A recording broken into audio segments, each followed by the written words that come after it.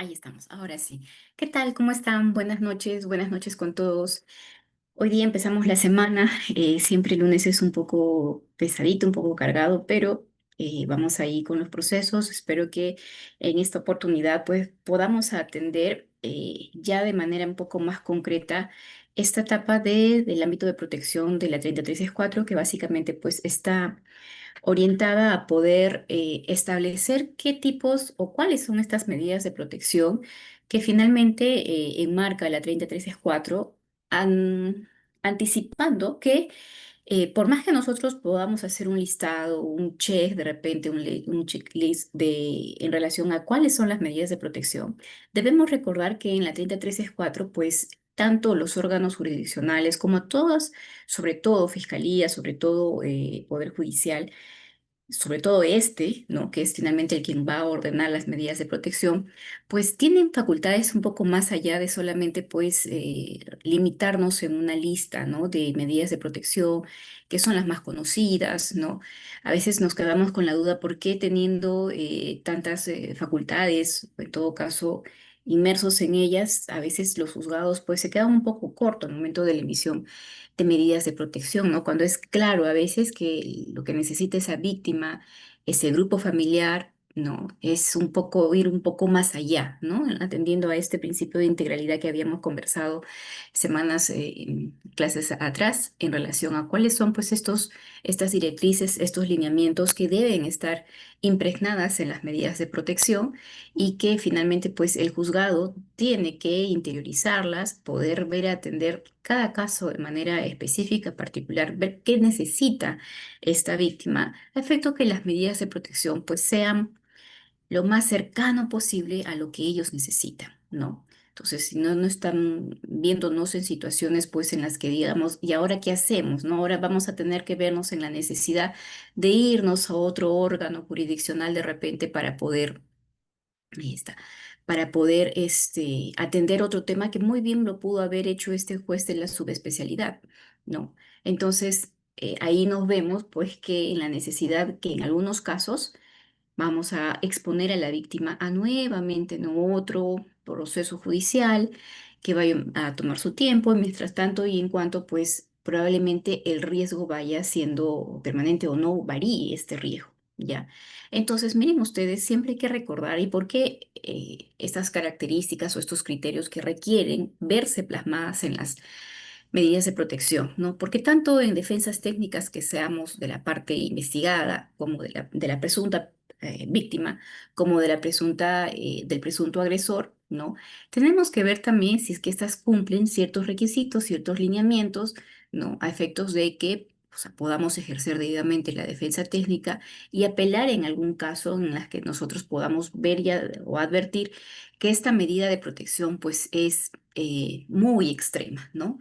Que de los actuados o en todo caso de los hechos narrados se ve que no amerita tal gravosidad, no amerita tal presencia del órgano jurisdiccional de manera tan drástica, ¿no? Entonces, podremos entender también que en algunos casos, pues, siempre los juzgados también no dejan de ser humanos, todos son perfectibles y en todo caso, pues, habrá también tanta demanda que no permitiría que el órgano jurisdiccional de repente pues tenga mm, este acercamiento tan necesario, ¿no? O conocimiento al menos de lo que ha pasado del hecho o del hecho denunciado en sí, ¿ya? Entonces nosotros tendremos que apelar en algún momento a estos criterios para indicarle al juez y decirle, ¿no? ¿Saben qué? Estas medidas de protección han resultado de manera un poco fuera, ¿no? O no resultan ser idóneas, no resultan ser congruentes, ¿no? Dada la situación o no responden a lo que la situación, a la situación que la víctima está atravesando, ¿no? Entonces, esta medida de protección tiene que ser el reflejo de lo que la víctima necesita. Ojo, no solamente la víctima como tal, ha sido, quien ha recibido de repente el agravio, las lesiones, ¿no? Sino también de aquellos de quienes dependen de ella, ¿no? Entonces, en esta manera, en esta vista un poco más integradora, ¿no? El órgano jurisdiccional pues tendrá que ver de manera adicional a las medidas de protección si es que es viable o no poder solicitar o poder ordenar una medida cautelar en relación a ello, ¿no? Entonces, veamos ¿por qué? Porque precisamente, pues, ¿no? La medida de protección sabemos nosotros que va a tener un tiempo y es en base a la variabilidad del riesgo de la víctima, ¿no? Al grado de vulnerabilidad de la víctima y al grado de peligrosidad del presunto agresor. Más no, por ejemplo, va a poder atender asuntos que de repente son necesarios atender con que tengan mayor prolongación o en todo caso que se necesite, ¿no? Resolver, atender mientras esta víctima o en todo caso pueda recibir la ayuda necesaria adicional y que vaya mucho más allá de solamente la medida de protección, ¿no? Porque, ojo, la medida de protección no es una sentencia que va a resolver algún asunto de fondo, no.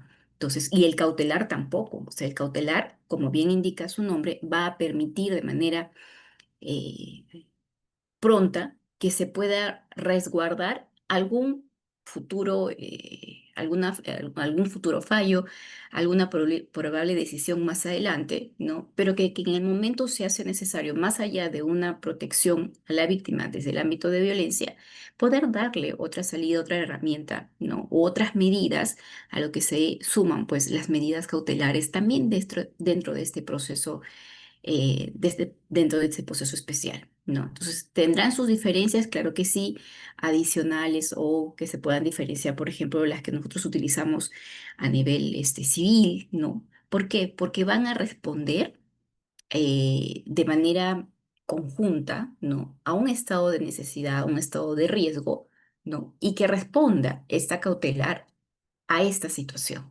¿no?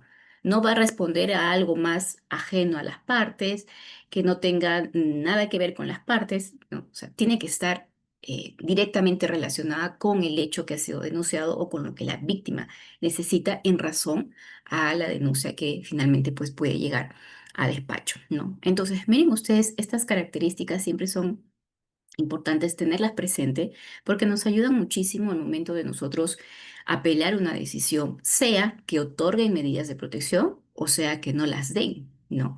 Entonces, esta idoneidad, esta congruencia, pues básicamente tiene que responder lo que el juzgado está decidiendo a lo que la víctima necesita, ¿no? Y ir un poco incluso más allá, ¿no?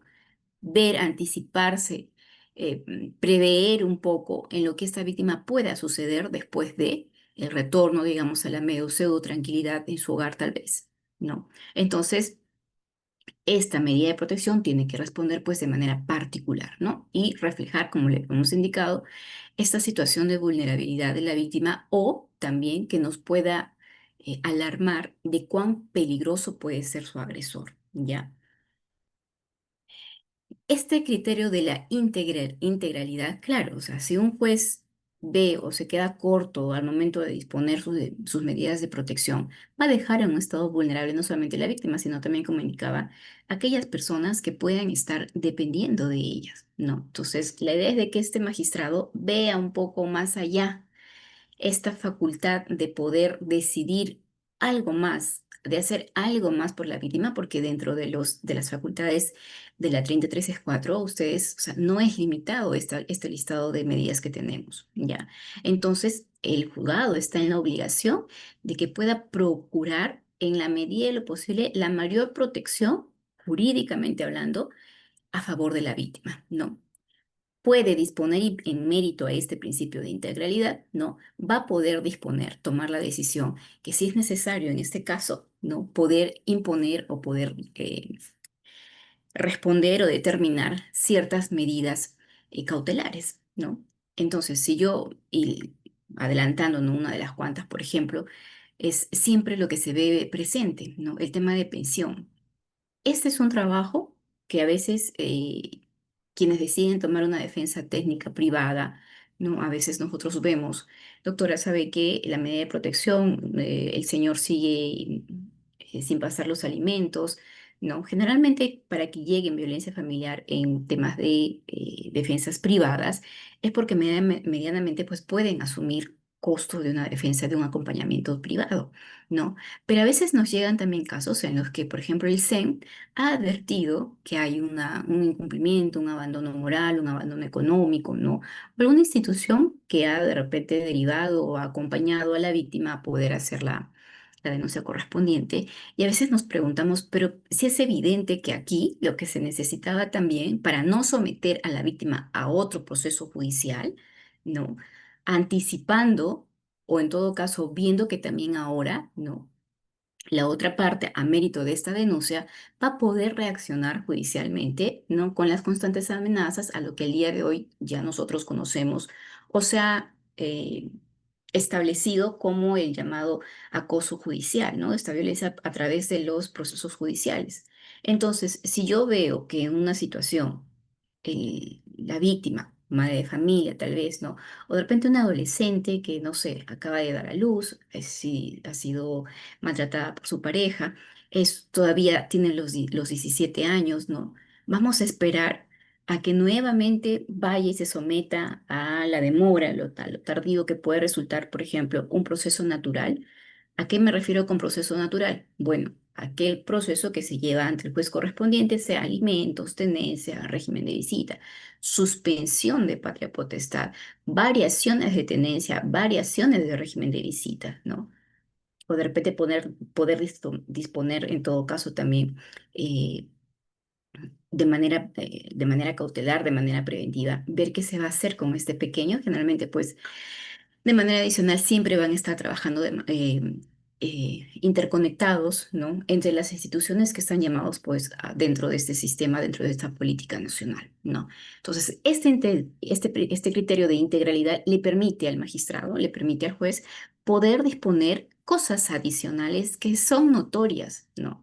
Si es un proceso, una violencia donde hay niños, hay que ver si es que estos niños han sido de repente pues también violentados de manera indirecta y si entre los progenitores que se ha generado el hecho de violencia ya existe un antecedente de repente de alimentos, de tenencia, ¿no? ¿Qué ha sucedido? ¿Por qué han llegado al extremo de verse inmersos en una denuncia o en la comisaría, tal vez, ¿no? Y poder también tener, pues no siempre decimos, el 33 es 4 o los temas, asuntos de familia, no podemos verlos así de manera restricta solamente hacia el frente, no, necesitamos, y esto es lo que va a este criterio, una mirada un poco más amplificada, más amplia, ¿no? Con todos los criterios, con todos los factores. Eso es lo que nosotros llamamos, pues, una justicia un poco más sistémica, ¿no?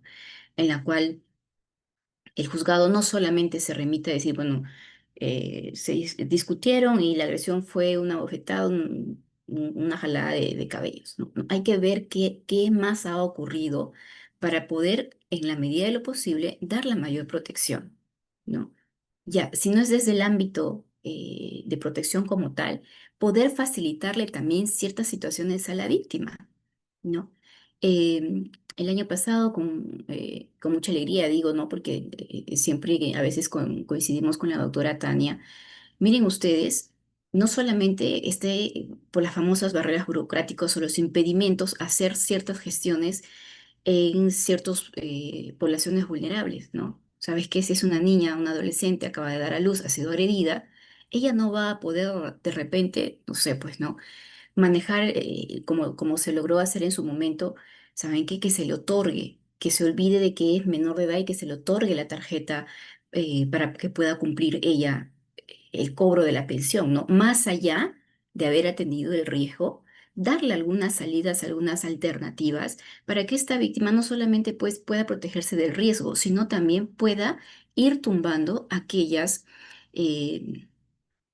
obstáculos que se les van a presentar, ¿no? Por ejemplo, no sé, no solamente pues desde la parte administrativa, pónganse en la situación en la cual esta víctima haya podido verse de repente, no sé, y se encuentra trabajando, tiene que faltar al trabajo, ¿cómo va a justificarlo? ¿No? Imagínense ustedes el estado emocional en el cual ella voy a pedir, porque esas diligencias, los exámenes y todo lo demás, ¿no? Le va a tomar tiempo. Entonces yo me pongo a pensar, o pónganse, ¿de qué otra forma no se le puede dar no solamente para que se sienta segura, sino también que en el actuar por actividades que se hayan visto afectadas por este hecho de violencia, pueda dárseles ciertas facilidades, cierta accesibilidad, ¿no? Que a veces siempre se encuentran un poco, así, con puertas cerradas, ¿no? O, en todo caso, tienen que seguir el trámite regular, ¿no? Entonces, imagínense si el juez de la subespecialidad no tiene esta visión un poco más allá, ¿no? De lo que está viendo en el expediente, pues muchas veces van a haber víctimas que se van a sentir o desatendidas o en desprotección o desanimadas simplemente en el proceso, ¿no? ¿Para qué hice la denuncia si yo no puedo hacer tal o cual diligencia? No. Generalmente acá se van a ver muchos casos en los que de manera conexa hay otros procesos de repente en trámite, ¿no? Eh, para hacer acotaciones en tema de procesos en sí, cuando los procesos entre ellos mismos, digamos, se enfrentan, ¿a quién vamos a hacer caso? ¿No? Tengo un mandato de ejecución y tengo una medida de protección. Este principio, esta integralidad debería obligar, o al menos al juez que ve de la especialidad, observar qué es lo que está pasando en el otro ámbito, ¿no? En ese sentido de interconectividad, porque van a tener ustedes situaciones en las que se les va a presentar eso. ¿Qué pasa si llegan con un mandato ejecutivo, ¿no? ¿Y qué pasa si tienen ahorita o un régimen de visita recién que ha salido la sentencia, ¿no? Y una medida de protección. ¿Cuál de las dos? Porque los dos documentos, las dos resoluciones van a poder ser enfrentadas entre sí y de eso hay bastante, sobre todo si son temas en los que los niños, niñas y adolescentes están involucrados. Entonces, este juez que atiende medidas de protección muy bien podría de repente regular hasta cierto punto, hasta cierta medida, una situación que está latente en el momento para la víctima, ¿no? Esperando o comunicando discúlpenme,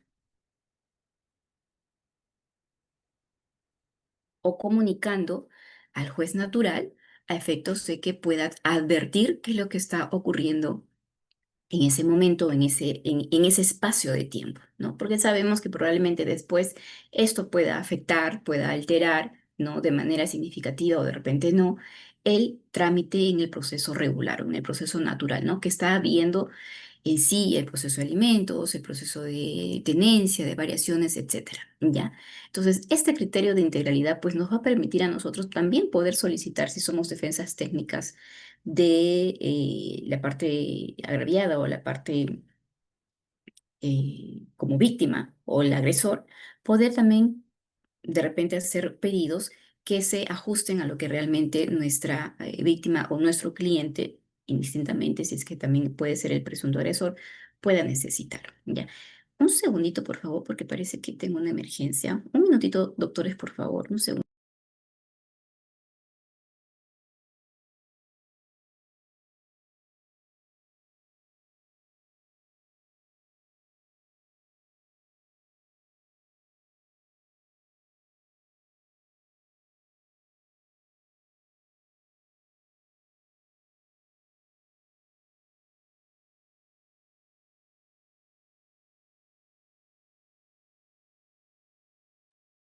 Ya, listo, disculpe.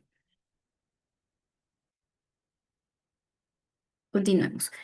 En tema de la razonabilidad y la proporcionalidad, pues también deberá de entenderse o de poder expresar esta medida de protección, no, que se respeten ciertos parámetros en los que la afectación que se causa, ¿no? Responda también de manera particular a las disposiciones o a las medidas que se vayan a tomar, ¿no? Que no sean tan desproporcionales, que no sean de dónde sacó, alguna vez ocurrió, pasó, bueno, retiro del agresor, ¿no? Más allá que pueden existir inconvenientes, errores al momento de la digitación, al momento de pasar, porque créanme que atender la gran voluminosidad de las denuncias, pues es normal que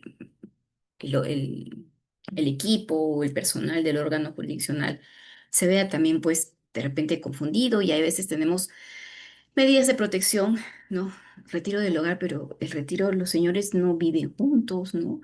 O con el pequeño, o sea, de manera muy, muy, muy drástica. una medida que de repente solamente debió ameritar quizás una prohibición de acercamiento, una prohibición de comunicación, ¿no? Entonces, esta razonabilidad y esta proporcional, pues deben de respetar, ¿no? Esta afectación causada y también la situación particular en la que se encuentre la víctima, ¿ya? Y claramente, pues, que la medida de protección también sea ejecutable, ¿no?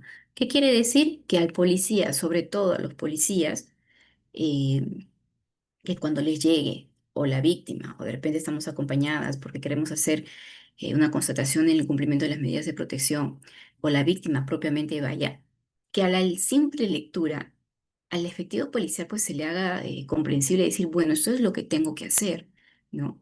Y no entren en interpretaciones entre el agraviado, entre la parte denunciada, entre las defensas técnicas y entre ellos mismos, ¿no?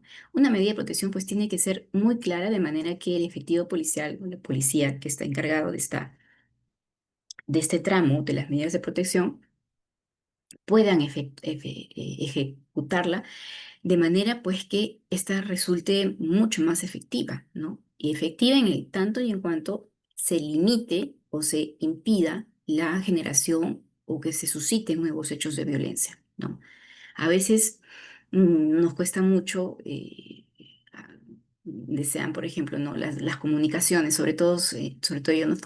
Impedimento de comunicarse, ¿no? Y el señor sí se comunica, pero, a ver, señor policía, acá está diciendo de que el señor no se debe de comunicar, pero el policía tiene que tener en cuenta el resto de la resolución como tal, ¿no?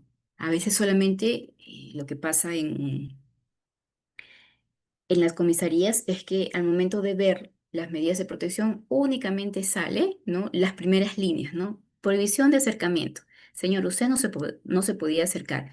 No, señor policía, lea usted la medida completa. Prohibición de acercamiento para ejercer hechos de violencia, ¿no? O, no sé, prohibición de acercamiento y no terminan de leer esta medida de protección, no restringe, no modifica, no afecta el régimen de visitas previamente establecido, ¿ya? Entonces, miren ustedes lo importante que que deben de cumplir o las características o los criterios que deben de contener estas medidas de protección a efectos de que finalmente, pues, logren cumplir su objetivo, ¿no? Y también que los órganos implicados, pues, tengan claramente las funciones que les compete realizar, ¿ya? Miren aquí, nosotros para poder valorar si una medida de protección ha sido otorgada dentro de los criterios adecuados, acordes, ¿no? Vamos a hacer como que una balanza y nos vamos a guiar por estos ejes, ¿no? Por estos criterios adicionales. Por un lado, qué tan vulnerable es mi víctima y mientras más vulnerable es mi víctima, esa medida de protección se entiende que tiene que ser o sea, más completa, no necesariamente más drástica, ¿no? Pero mucho más completa, ¿ya? Y que por el otro lado, ver también cuál es el grado de peligrosidad del presunto agresor, ¿no? Por eso les indicaba, no necesariamente las medidas de protección tienen que irse pues a lo mucho más gravosa, sino que también tienen que ser útil. O sea, le tiene que servir a la víctima, más allá de ser muy grave para el agresor, tiene que permitirle a la víctima lograr finalmente pues esta ansiada autonomía, ¿no? Entonces, miren ustedes, vamos a tener dos factores aquí, ¿no? La vulnerabilidad de la víctima y la peligrosidad del agresor para poder nosotros determinar si esta medida de protección responde realmente a lo que se necesita, si responde realmente a estos criterios, ¿no? Para nosotros poder, ¿para qué, doctora? ¿Para qué vamos a entender? ¿Para qué vamos a saber? Para poder apelarlas, para poder solicitar que sean ampliadas, para poder solicitar que sean modificadas, ¿no? O que sean revocadas atendiendo también a las características, ¿no? Entonces, mire, desde la víctima, cuando vea a mi víctima, ¿qué factores voy a yo identificar para ver si es que esta medida de protección responde sí o no a su situación, ¿no? ¿En qué edad se encuentra, ¿no? No solamente en qué edad se encuentra la víctima, sino en qué edad se encuentra frente a su agresor, ¿no? Porque, valgan verdades, habrá situaciones y realidades en las que no haciendo comentarios a los últimos mensajes que se ven por ahí por redes sociales de las autoridades últimas mencionadas o designadas, decir, por ejemplo, habrá circunstancias o realidades en las que las menores de edad son obligadas a prácticamente casarse o a mantener convivencias con personas adultas, ¿no? Y son víctimas de violencia. Entonces, no solamente voy a ver la edad de mi víctima, ¿no? En qué etapa de desarrollo se encuentra, si es que ha logrado desarrollarse biológicamente, psicológicamente, ¿no? Sino también la edad que tiene frente a su agresor, porque obviamente vamos a encontrar pues a veces unos desbalances pero asombrosos, ¿no? Siempre pongo de ejemplo este caso de esta chica joven en realidad, ¿no? Que viendo sus antecedentes se casa a los 18, no se casa, o sea, la juntan con el señor o se junta con el señor, ella desde los 17 años y ella tendría 34 aproximadamente, o sea, una diferencia bastante considerada de edad. Obviamente, si no termina o a los 17 años que se junta y forma ya una familia, no va a tener la opción de continuar de repente con sus estudios. Eso le obliga a seguir permaneciendo en la dependencia económica y pseudoprotección de esa persona que ahora funge de su esposo, ¿no? O de su pareja. Entonces, eso la va a limitar a poder más adelante tener cierta autonomía. De repente querer independizarse y como no tiene los recursos, no tiene la formación, no tiene tampoco la posibilidad de acceder porque teniendo que atender a uno o dos pequeños, pues mucho más difícil, ¿no? Entonces va a recurrir o va a tener que acceder a trabajos que, en los cuales de repente no sea bien remunerada, en los que se esté afectando o en todo caso exponiendo su seguridad, tal vez, ¿no? Simplemente por la edad, frente a su agresor, que es una persona adulta, ¿no? Que básicamente pues ejerce ese dominio sobre ella, ¿no? La identidad de género, orientación sexual y expresión de género de la víctima. ¿Ya? Siempre tomando en consideración y en cuenta, pues que estos estigmas, estos estereotipos que finalmente venían acompañando a lo último, con la treta tesis 4 pues nos permite tener una apertura bastante amplia, ¿no? Y no hacer estas distinciones, o en todo caso, el respeto para que esta víctima, indistintamente de su orientación sexual, de su expresión, pueda tener la protección y se le activen a su favor las herramientas, ¿no? O las entidades que están llamadas a poder brindarle la atención correspondiente, ¿no? Condición de discapacidad de la víctima, con mucha más razón. Es una población vulnerable, ¿no? Puede que sea mujer o puede que sea niño. O sea, es niño, es población vulnerable y para variar tiene una condición adicional, ¿no? Hay una doble vulnerabilidad. Obviamente, mi medida de protección, pues tiene que atender esta situación de discapacidad de la víctima, ¿no? Cómo se moviliza, quién la atiende, quién ve por sus necesidades, quién la está cuidando, si dependen de ella, si está trabajando, o sea, condiciones que me vayan a permitir a mí poder atender precisamente esta situación de discapacidad, ¿no? La situación económica y social de la víctima, claro está, porque nosotros entendemos que siempre no hay en el círculo de violencia, siempre va a existir esta relación de dominio, tal vez esta dependencia económica o emocional, y precisamente pues responde en la mayoría de casos a que no hay esta independencia o esta facilidad de que la víctima pueda tener sus propios recursos y de repente pues saben qué, poner un alto a este círculo de violencia y por el miedo a la carga familiar, a no poder encontrar trabajo, de repente pues la someten a nuevamente regresar a la relación conflictiva o a la relación violenta, ¿no? Situación migratoria, si es que es adulto mayor o en estado de mendicidad, ¿no? Al día de hoy, indistintamente, todas las comisarías, policía, policía, fiscalía, poder judicial, ya no hacen una distinción entre si es que qué nacionalidad tienes, o a ver, permíteme tu documento de identidad. Y si no eres peruana, bueno, no te vamos a atender, no. Acuérdense que nosotros manejamos o estamos, tenemos en todo caso la obligación de cumplir, dar cumplimiento, perdón, a convenios internacionales y tratados internacionales. Entonces, esta convencionalidad, este criterio un poco más fuera de las fronteras, hace finalmente pues que el día de hoy nuestra normativa atienda a todo tipo de víctima que indistintamente de su situación migratoria, esté pasando por hechos de violencia, ¿no? A veces muy lamentable, ciudadanos que son de otra nacionalidad, pues y que pasan por estas situaciones, se les exige como un cumplimiento, ¿no? A ver, trae tu documento. A veces no tienen ni siquiera una identificación idónea, correcta, ¿no? Porque de repente recién han llegado o situación todavía es incierta, ¿no? Ante esas situaciones, pues esta formalidad, ¿no? Debería de estar ausente al momento de atender una denuncia de naturaleza de violencia, ¿ya?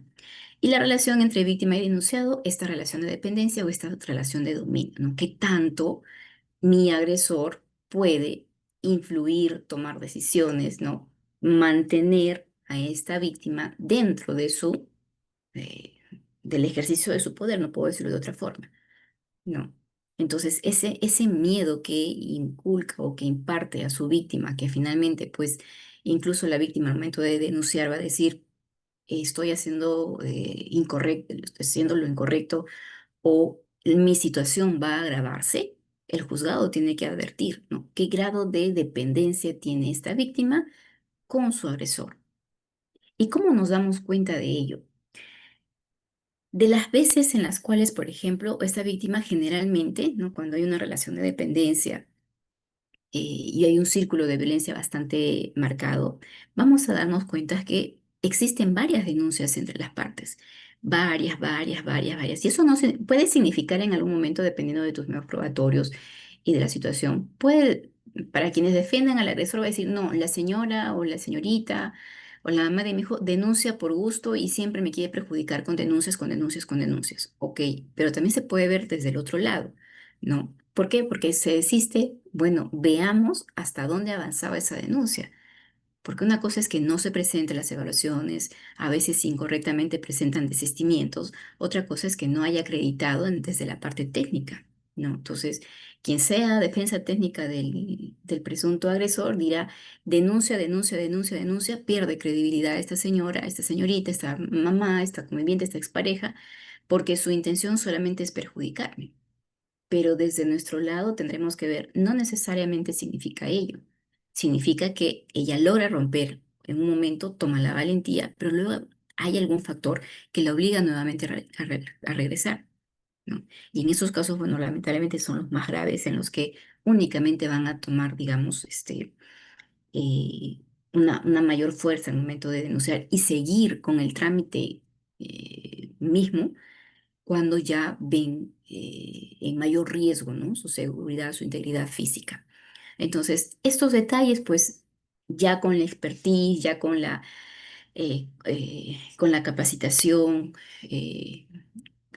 con la casuística día a día, pues el magistrado debería estar en las condiciones de poder entender finalmente qué es lo que requiere esta víctima y eso plasmarlo en su resolución, ¿no? En su medida de protección y o en su medida cautelar, ¿ya? Y desde el parte del agresor, bueno, también tendré que ver, ¿no? Qué tanto este agresor, pues, tiene los medios, tiene la capacidad, porque obviamente va a haber una situación de desventaja total, un desequilibrio total, desde cualquier ámbito. Desde cualquier ámbito, ustedes van a ver que el agresor tiene una ventaja bastante notoria sobre su víctima emocional, económica, física, y lo que vean, siempre va a haber esta desventaja notoria, ¿no? Entonces yo tengo pues que ver, a ver, esta persona tiene los antecedentes, ya ha registrado alguna otra oportunidad, ya han estado inmersos en este tipo de procesos, en esos tipos de hechos denunciados.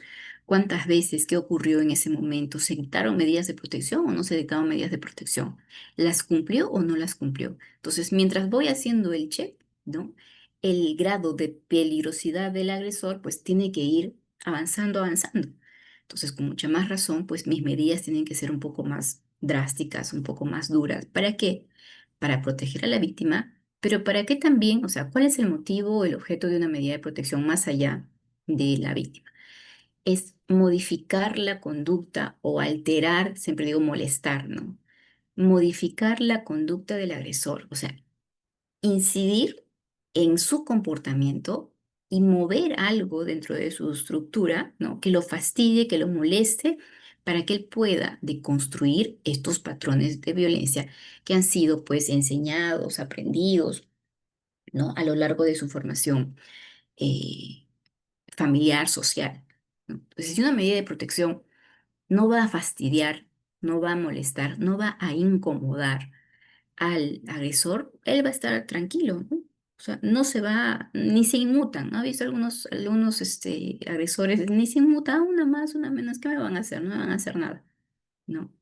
Tiene ahí medidas de protección y nadie solicita el seguimiento porque precisamente el post-otorgamiento de las medidas de protección y la etapa de ejecución es la etapa en la que, o la fase en todo caso del proceso de la 3364, que todavía no se puede lograr, porque imagínense lo que les decía en las clases anteriores, exigirle a cada juzgado o exigirle que cada juzgado a su vez monitoree o solicite o esté exigiendo y tocando la puerta a la comisaría para que los efectivos policiales pues estén de manera activa viendo que estas medidas de protección se vienen cumpliendo, ¿no? Entonces, no nos va a alcanzar ni jueces ni personal policial que pueda pues hacer un registro, ¿no? Que lleven un registro constante, diario, quincenal, de cómo esas medidas de protección se están desarrollando, ¿no? Entonces, si no podemos controlar ello, ¿quiénes llegan a la etapa de ejecución? Quien nuevamente, pues uno está interesado y generalmente las víctimas es que no tienen el apoyo del SEM, porque el SEM hasta algún momento también se agotan, se cansan, aunque eso no debería ocurrir, ¿no? O la víctima también ya se ha desgastado empezando nada más el proceso. ¿Quién va a irse a esta parte de la ejecución? ¿No? Generalmente quien tiene una defensa privada, ¿no? Y para tener la defensa privada, pues medianamente va a tener que tener los recursos, ¿no? Doctores que debería ser el CEN o debería ser, no sé, Alegra, debería ser, pero con tanta carga que tienen, pierden de vista, ¿no? A veces lo que me pasó hace poco, él tenía una cliente que estaba en Cusco, le digo, tiene que hacer la denuncia, no, o sea, era imposible que pueda viajar en ese momento, tiene que hacer la denuncia, este va a ser el trámite, este va a ser el acompañamiento, ¿no? Y a los 2 días, el abogado y el personal de SSM renunciaron, ya nuevamente, y dejaron así la carga laboral, ¿ah? Entonces, ¿qué hacen? ¿Qué hago? O sea, la víctima en esa situación, más allá del desgaste emocional que ya viene pasando, va a ser muy difícil que en ese momento pues se encuentre alguna defensa técnica que los quiera acompañar en el proceso, ¿no?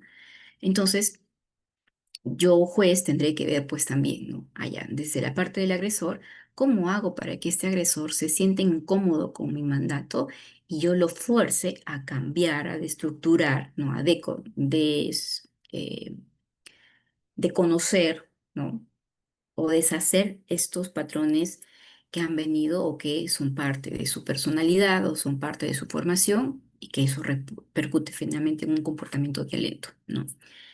Entonces tendré que ver si es que tiene también antecedentes o hay sentencias de violencia, ¿no? Eso me debe de alarmar, porque para que nuevamente haya generado un nuevo hecho de violencia, pues algo en el proceso de rehabilitación, de reinserción, ha fallado, ¿no? Doctor, ahí no sé si les dejo como pregunta, ¿ustedes creen que realmente un agresor al final de sus terapias pueda reformarse? O sea, pueda, digamos, lograr, ¿no? Que el mandato del juez o estas medidas logre modificar su conducta, modificar sus acciones, o siempre van a ser agresores o siempre van a ser netamente machistas, ¿no? Un machista puede mm, eh, cambiar su chip. ¿Ustedes creen que con las terapias que se llevan se podría lograr? Claro, incluso miren, por parte del Ministerio de la Mujer, siempre vamos desde la víctima, ¿no? Víctima, víctima, víctima. Pero hay un recurso, hay un registro de agresores y el programa, miren, hay un programa especial para los agresores. Pero claro, ¿quién va a salir en la publicidad del Ministerio de la Mujer diciendo yo fui un agresor? Porque la campaña la he visto muy, muy cortita, buscando y rebuscando en los archivos del Ministerio de la Mujer en la página en los cuales los propios agresores nos salen y hacen una campaña indicando de que, bueno, sí, yo era machista, yo respondí así, sí se puede modificar actitudes, claro, con un acompañamiento definitivamente profesional para que logren. Entonces, ese grupo de personas que finalmente eran la imagen de este programa, perdónenme el nombre, pero así como hay registro de víctimas y agresores, y así como también en el programa para la reinserción por parte de quienes son sentenciados, el Ministerio de la Mujer trabaja con el INPE de manera especial, ¿no? Hay un programa muy, muy poco publicitado, tanto que, miren, conociendo de la 3364, ni siquiera se le da mucha importancia, ¿no? Pero salían estas personas después de su proceso ya terapéutico, ¿no? En los que reconocían que en efecto pues habían tenido algunas conductas agresivas, violentas, pero que con la ayuda del profesional, con este programa, ¿no? Habían tomado conciencia en cuanto a enfoque de género, respeto de derechos, igualdades, ¿no? Pero claro, imagínense salir haciendo publicidad o de repente una campaña publicitaria diciendo yo he sido el agresor, ¿no? No creo que muchos se presten para ello, pero el programa está, ¿ya? Entonces, si somos muy curiosos, entremos al Ministerio de la Mujer y van a ver que dentro de todo el esquema, ¿no? Este programa está orientado a aquellos agresores que han logrado, ¿no? Modificar o cambiar, ¿no? Esas actitudes, como nos dice aquí la doctora Yanina, ¿ya? Sí, o sea, no solamente la voluntad, sino también necesitan un acompañamiento porque de construir patrones, ¿no? Volver a aprender, porque prácticamente tienen que volver a aprender, no, no va a ser una tarea fácil, ¿no? Más aún si son pues varones, en su mayoría varones, ¿no? Que ya tienen una edad en la cual su personalidad, su carácter ha sido ya, se encuentra ya consolidado, ¿no? A ello pues tendrán que asumarse, ¿no? Sus condiciones culturales, su educación. Y cae, gracias doctora Danay. Entonces, pero si lo menciona doctora, ¿han visto? No hay, no muchos. Es más, en cuanto a temario, en cuanto a capacitaciones, no hay mucho que yo, mira, de todas las capacitaciones, una sola vez he atendido el tema, porque no es muy conocido, no está claro. Saben que antes invertamos un poco más en la víctima, ¿no? En lo que nos estaba faltando, en recursos, ¿ya? Entonces, pues tendré que, además, miren, esta última, este último criterio, con la última modificación, sí, pues muchos efectivos policiales y muchos trabajadores en seguridad privada, ¿no? O sea, se sintieron muy, muy afectados. ¿Por qué? Porque esta medida iba directamente para ellos, ¿no? O sea, si por A o B, razón o circunstancia no deseada, ellos se encuentran inmersos en un hecho de violencia, cierto o no cierto, el solo hecho de tener o la profesión o poseer armas, ¿no? O tener acceso, poder tener acceso, ya los cataloga como un poco más peligrosos que el resto de agresores. Entonces, algunos decían, nos están estigmatizando, diciendo que pues, nosotros somos más agresores. No es que sean más agresores, sino que para la víctima hay mayor riesgo por la existencia de la facilidad de manejo de un arma. No, pues si finalmente no eres agresor, no va, tu perfil no va a salir, ¿no? Y no vas a llegar a hechos de violencia. Estamos atendiendo de que si el agresor tiene esas características, es más peligroso para la víctima, ¿no? Que un ciudadano de repente que no tiene estas profesiones, ¿no? Dice acá la doctora Yu, dice, toda persona puede cambiar, pero tiene que enfocarse con un mentor que le haga ver sus actitudes negativas y positivas. Así se le explora su mente para que se pueda cuenta poco a poco. Eso requiere muchas sesiones. Claro, doctores, y ese creo que es una parte también bastante difícil y compleja porque la salud o el acompañamiento del profesional, si bien es cierto, lo tienen en los centros de salud, no hay suficientes psicólogos para que puedan aplicar enfoque de género, para que puedan aplicar 3364 y obviamente no nos va a servir mucho. Claro, si lo hace de manera particular, pero para efectos probatorios y del proceso en sí, no nos va a servir mucho que vayan a terapia privada, ¿no? Aparte que en la terapia privada, la clínica es diferente al tratamiento como tal, ¿ya? La clínica, o sea, la clínica privada el enfoque es totalmente distinto al enfoque que dan en los centros de salud del Ministerio de Salud, del Estado, ¿no? ¿Por qué? Porque tienen una formación en este tema. Difícilmente, por ejemplo, no sé si van a las clínicas, ¿no? Que no está mal, pueden hacer, ayudar. Les hablo para efectos probatorios y de aporte dentro de un proceso, ¿no? El psicólogo, el psiquiatra que está en la clínica uno 2 3 no tiene la formación, ¿no? Bajo enfoque de género, no tiene la formación bajo los principios de la 33.4, no tiene la formación bajo los criterios o los ejes que se ven en 33.4, ¿no? Y ahí va a aplicar su clínica a libre albedrío. Lo que no tienen, por ejemplo, los profesionales de la salud que están trabajando en esta temática, que trabajan para el ministerio y que les llega una víctima de esta naturaleza. ¿Ya? Su clínica no es libre, ¿no? Me dejo entender, no, ellos no tienen autonomía al momento de, pues, bueno, te voy a tratar a ti en tantas sesiones, esta va a ser la forma. No, ellos tienen protocolos establecidos para poder atender víctimas de violencia, ¿ya?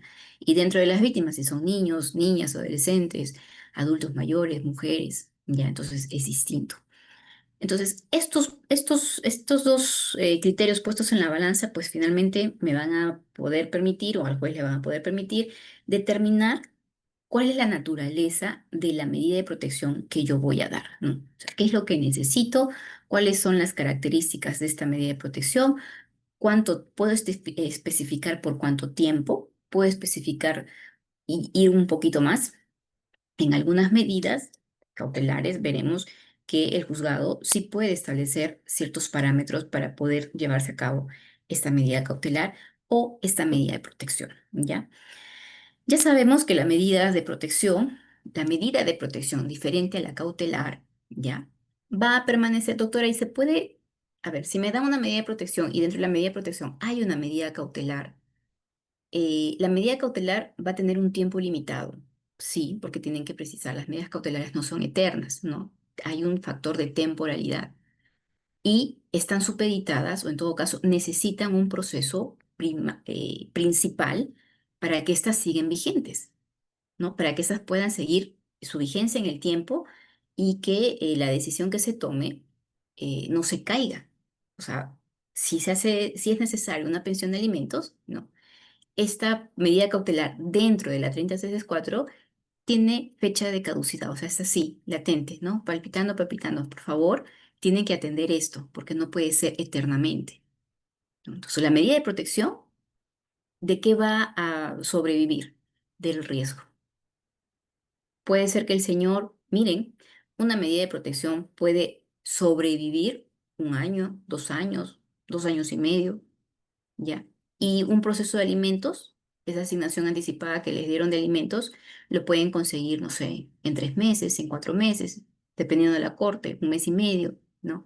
Pero la medida cautelar puede ser atendida en el fondo del asunto ante el juez natural, ante el proceso regular. Y la medida de protección seguirá vigente, ¿no? Hasta cuando el riesgo de la víctima haya cesado. Por eso es importante que el juez ordene y en la parte post ejecución, sobre todo cuando se dicten medidas de protección, garantizar y asegurar que si se ha ordenado, por ejemplo, una variación de tenencia, una medida de protección, haya esta intercomunicación con el juez de la especialidad, ¿no? Que se comuniquen. Por eso, más allá de las novedades o de esta intención de sacar un código procesal de familia para que seamos un poco más autónomos, ¿no? eh, la pugna es, por ejemplo, de que un juez vea de manera integral todos los procesos que eh, una persona, una mujer, un niño, adolescente va pasando y obviamente que tengan el vínculo, ¿no? ¿Por qué? Porque el proceso de tenencia, el juez de tenencia va a ver lo que le ponen en tenencia y no podrían, mal se hace, en desconocer lo que pasan en procesos alternos, ¿no? Un juez por ejemplo, de familia o un juez de la especialidad, no puede desconocer qué es lo que está pasando de manera alterna. No es que, doctora, eso yo no lo veo, vayan a verlo en su proceso de tenencia. No, doctor, es que usted ha tomado conocimiento, cuáles han sido los hechos reales. Porque hasta que el juez de tenencia resuelva, no, va a demorar tiempo. Pero eso no significa que no exista una intercomunicación. Cada doctora, pues pide los oficios, ¿no? Pide los oficios que los remita. Se podría hacer, pero ya sabemos que se van a someter a los procesos, a lo tardío que pueda ocurrir, ¿no? Otros miran, no, doctora, porque el juez no puede, pues, contaminarse de la información que pueda ocurrir en otro juzgado, ¿no?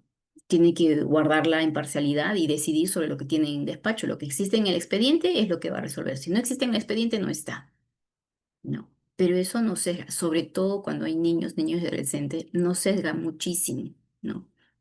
Este desprendimiento, este apartamiento que a veces hay entre los juzgados que ven, los juzgados naturales de familia y los juzgados de la subespecialidad, ¿no? No, no, no, dicen eso no me diga a mí, vaya a decirlo al otro juez cuando la problemática pues es latente, ¿no? Bueno, al menos si hubiesen niños, niñas y adolescentes, quebrar un poquito esa rigurosidad en cuanto a decir, bueno, yo no soy competente en esto, yo no tengo que conocer, ¿no? Es juez de familia, es juez de la subespecialidad, ¿no? Y niños, adolescentes, 33-4 está impregnada en favor a ellos. Entonces no me podrías decir que no es tu competencia, ¿no? Pero a veces nos podemos encontrar con juzgadores que dicen, bueno, esto no me compete, como con otros también que dicen, voy a hacer algo adicional porque se necesita y hasta que el otro juez resuelva, acá las cosas se van a ir empeorando o puede ser mucho más grave, ¿ya?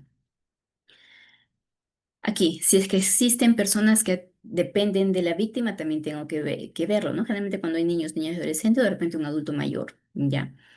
eh, Tienen que ir orientadas a proteger a la víctima, ser ejecutadas de manera inmediata y deben valorarse los criterios para que su emisión, los que ya hemos atendido. ¿Ya? Ojo aquí, miren ustedes. En la primera sesión hicimos un cronograma, ¿no? Una línea de tiempo de las modificaciones que había tenido la 33-4, ¿ya? Para poder situarnos al día de hoy, lo que está vigente al día de hoy, ¿ya? Esta última modificatoria sí nos trajo novedades, ¿ya? Novedades en cuanto a plazo, en cuanto a criterios para el otorgamiento, novedades en cuanto a un poco mayor de gravosidad en las medidas de protección, un poco más amplias responsabilidades administrativas, ¿ya? Para que finalmente, pues, la parte de ejecución sea lo que realmente, pues, lo que está débil en esta ley, lo que necesitamos mejorar, ¿ya? Entonces, con esta 31715, ya hay modificaciones importantes, sí, ya la hemos tratado en las sesiones anteriores, sí, ¿no? El tema de los plazos, antes, recordemos, teníamos los tres niveles de riesgo y a cada nivel, dependiendo del nivel en que se encontraba la víctima, se le daba un plazo, ¿no? De 24, 48, 72 horas, dependiendo. Mientras más suave el riesgo, el plazo era más amplio, ¿no? Mientras más riesgoso, el plazo era mucho más inmediato. Ahora no, las medidas de protección tienen que darse sí o sí, indistintamente del nivel de riesgo, dentro de las 24 horas. ¿Ya? De darse. Si no hay suficientes medios, si no hay suficiente información en el expediente, si el juzgado no cuenta más allá que con una manifestación que no le es suficiente, no tendrá que convocar a audiencia antes de repente dictar las medidas de protección. ¿Ya? Aquí.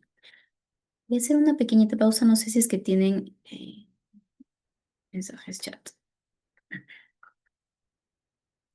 Si no, dejo unos minutos al final de la clase, ya para que puedan ir compartiendo de repente sus consultas, sus preguntas, y de paso que descansamos un poquito la garganta. Listo, si no hay, voy a dejar unos minutos al final de la clase para poder leer los mensajes, ¿ya? Muchas gracias. Esto. Medidas de protección dentro de las 24 horas, indistintamente del riesgo, si es que es leve, moderado o severo. Ya. Si antes con esta gradualidad, con esta separación de plazos, no, se veía un poco de desorden, un poco de lentitud, de demora, ya con entrar en vigencia eso de las 24 horas, la verdad que es muy complicado cumplirlos humanamente. Imagínense, ¿no? Humanamente es muy complicado que dentro de las 24 ya tengamos la medida de protección, ¿no? Es mucho, o sea, es mucha carga la que el día de hoy hay. Claro, de esa carga se tendrá que diferenciar o discriminar cuáles son las denuncias y por eso el llamado de repente a la reflexión, ¿no? ¿Cuáles son las denuncias en las cuales nosotros de repente como abogados en la humildad y en el conocimiento podemos ver si realmente pues esto se orienta a un tema de violencia que acredita realmente o de repente resulta de un conflicto que puede ser atendido en otras vías, ¿no? Para ello, pues medianamente conoceremos la experiencia, la preparación, nos podrá decir, estamos ante una situación de violencia, un círculo de violencia, o señor, señora, esto es un conflicto, ustedes lo pueden atender, ¿no? En otra área, ¿no? A nivel extrajudicial, ¿para qué? Para no sobrecargar, ¿no? El trabajo, la labor del órgano jurisdiccional y del personal que trabaja ahí. Entonces, imagínense, dentro de 24 horas, difícil, yo al menos desde que sale la modificatoria, no hay que estar siguiendo en la comisaría o en el CEN o en el mismo juzgado qué es lo que pasó porque no hay un pronunciamiento, ¿no? Entonces, vamos a tener un pronunciamiento el séptimo día, el octavo día, ¿no? A las 2 semanas, 15. Claro está, pues dependiendo de la gravedad, ¿no? De cómo ha llegado o cuáles son las lesiones que presente la víctima. Definitivamente, pues siempre voy a recordar algo lo que me dijo un fiscal. Doctora, dentro de lo grave hay cosas más graves. Así, ¿no? Yo me iba por un pequeñito, me acuerdo. Eh, sí, para hacer una intervención con el tema de la UPE, ¿no? Y así, pues, o sea, ya contra esa respuesta que puede decir, doctora, dentro de lo grave hay cosas más graves que atender. Ese tema lo va a ver ¿qué me dijo? A ese tema lo va a ver mi asistente porque yo solamente atiendo de cuando hay intento de feminicidio para arriba o lesiones. Violencia psicológica, esas cositas no las veo. Así, imagínense. Entonces uno se queda, pues, si el que está llamado a poder ejercer tutela, que también de una u otra forma la fiscalía, pues es un ente, está autorizado, ¿no? Que te responda así, que ellos discriminan dentro de sus procesos cuáles son los más graves, los más leves, que son agresiones simples, faltas y violencia psicológica, eso ni siquiera lo veo yo, lo ve el asistente, ¿no? Yo veo ya, de intentos de feminicidio para arriba, ¿no? Graves, desfiguraciones, cosas así. Entonces, bueno, dirán, doctora, es que hay que distribuir el trabajo, sí, pero ya con esa respuesta nos da mucho o sea, nos deja pensando, ¿no? Si yo para mi pequeño quiero urgente que la UPA intervenga, ¿no? Pero no le es urgente al funcionario, ¿no? A quien ejerce, a quien está llamado a darle la importancia, la prioridad, ¿no? Que es el fiscal. Fiscal o si te vas ante el juzgado también. Entonces, imagínense. Y estoy más que segura que no es el único, ¿no? Que tendrán esa forma de reaccionar, ¿no? Ante la cantidad de procesos que tienen, ¿no? Que de manera u otra uno puede ser comprensible en algún momento, pero mm, no se puede perder, pues, ¿no? La parte de la sensibilidad, de la empatía que amerita, que debería de caracterizar su trabajo, ¿no? Que de repente, incluso de otra forma, ¿no? De repente lo encontré en sus 5 segundos, 5 minutos, ¿no? Importunando tal vez, que no creo, ya. Y bueno, son humanos, son personas, ¿no? Y también se agobian con el trabajo y con la carga de trabajo y con lo fuerte que deben de ver, ¿no? Entonces, dentro de esto, ¿no? Dentro de esta gravedad, pues habrán situaciones más graves, ¿no? En las que se tenga que accionar de manera un poco más más efusiva, más rápida. Claro, porque si no también ocurre algo un poquito más de mayor complejidad, de mayor nivel de riesgo, y ahí pues van a volar cabeza, ¿no? Y su cargo también. Entonces, en la medida de lo posible, pues tienen que ser muy juiciosos también, ¿no? De cómo atender de manera oportuna los procesos, así sea el más sencillo o el que supuestamente no hay mayores agresiones, ¿no? Cuando hay un círculo de violencia, las cosas pueden detonar de un momento a otro, ¿no? De un momento a otro.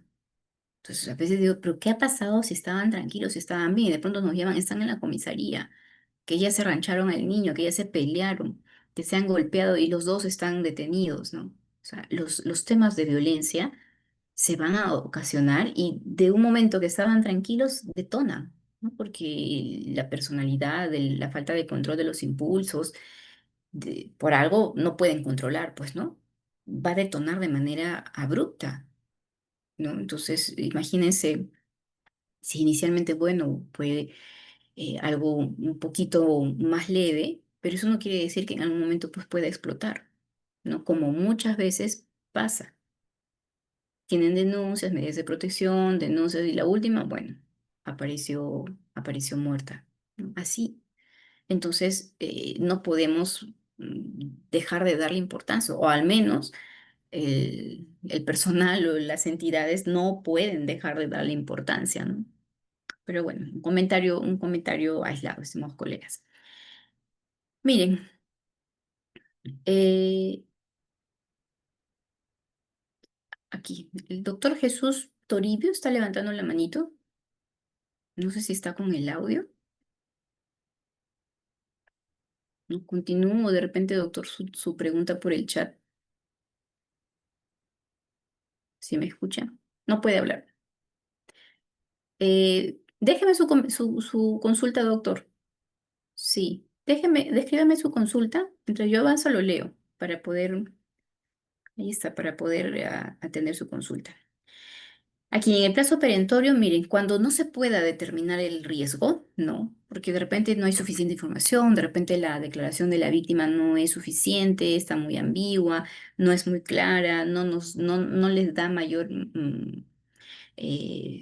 detalle. Siempre una recomendación cuando, miren, los primeros que revictimizan a la víctima, incluso a veces somos nosotros, ¿no? Porque nosotros si los vamos a acompañar o si estamos orientando, señora, ¿qué le dijo? ¿Cómo le dijo? ¿Qué pasó? Pero sí es necesario que cuando, en la medida de lo posible, indicarle, ¿no? ¿Saben qué, señora? Cuando haga la denuncia, diga textualmente las cosas. O sea, ya no, a ver, dígame qué le dijo. No, ¿no? Para no revictimizar. Porque la revictimización por nosotros, por el policía, luego el fiscal y luego el otro policía que cambió de turno justo, ¿no? Pero es necesario que la víctima pueda dar, en la medida de lo posible, lo más detallado. O sea, lo más detallado posible. Doctora, pero eso no es rebuscar y sí, pero ¿saben qué? Cuando la víctima, o sea, de la víctima de todo el episodio traumático, siempre va a guardar en su psiquis, ¿no? Episodios así puntuales, puntuales, puntuales. Fechas, olores, colores, así. De manera que estas características o eh, estos hitos en su narración la van a acompañar siempre. ¿No? Siempre, así vaya a la audiencia, así esté a nivel de fiscalía, siempre la van a acompañar. Entonces, eso hace creer al juez que en efecto, pues, no está tratando de difamar, no está tratando de instrumentalizar el proceso, no está tratando de perjudicar a la otra parte, ¿no? Entonces, de manera muy sutil, que la víctima, en la medida de lo posible, dé las mayores características que pueda evocar, ¿no? En su momento. A veces son muy ambiguas y dice, bueno, el señor me insultó, ¿no? Me insultó. Ay, señora, le digo, discúlpeme, pero es que solamente el insultar, hay una cosa, miren, un insulto puede decir que le digan tonta y otro insulto puede decir de la A a la Z, ¿no? O sea, necesitamos al menos el juzgador, pues, saber, le insultó, pero no define qué, en qué momento, en qué consistieron, ¿no? Y muchas de las investigaciones se caen porque dijo, no se precisó, ¿no? ¿En qué consistieron esas lesiones? ¿En qué consistió esto? Más aún si no tenemos el respaldo de un informe, no nos ha dicho en qué consistieron esas lesiones. Entonces, queda duda, porque no saben que usted misma se ha autoagredido, ¿no? No podemos determinar, porque si el señor realmente hubiese, no sé, le hubiese pegado de la forma en la que ella dice, pues hubiese quedado cierta marca tal vez, ¿no? Entonces no es consistente con su narración. Y ¡pum! Se cae, ¿ya? A ver.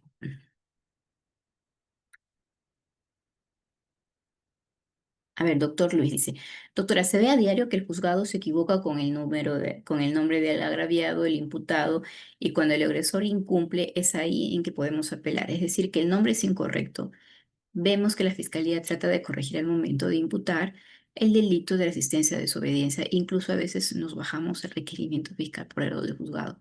Es que miren, es distinto el ámbito en el que nos vamos a encontrar. Claro, porque en la fiscalía, ¿cuál es el requisito? Necesitan la individualización y la identificación de cualquier persona que vaya a ser investigada, ¿no? Los criterios, esos dos, individualizar e identificar, ¿no? Pero si acá está ambiguo, a veces cambian los nombres o lo peor que puede pasar es que copien de repente de otras resoluciones, ¿ya?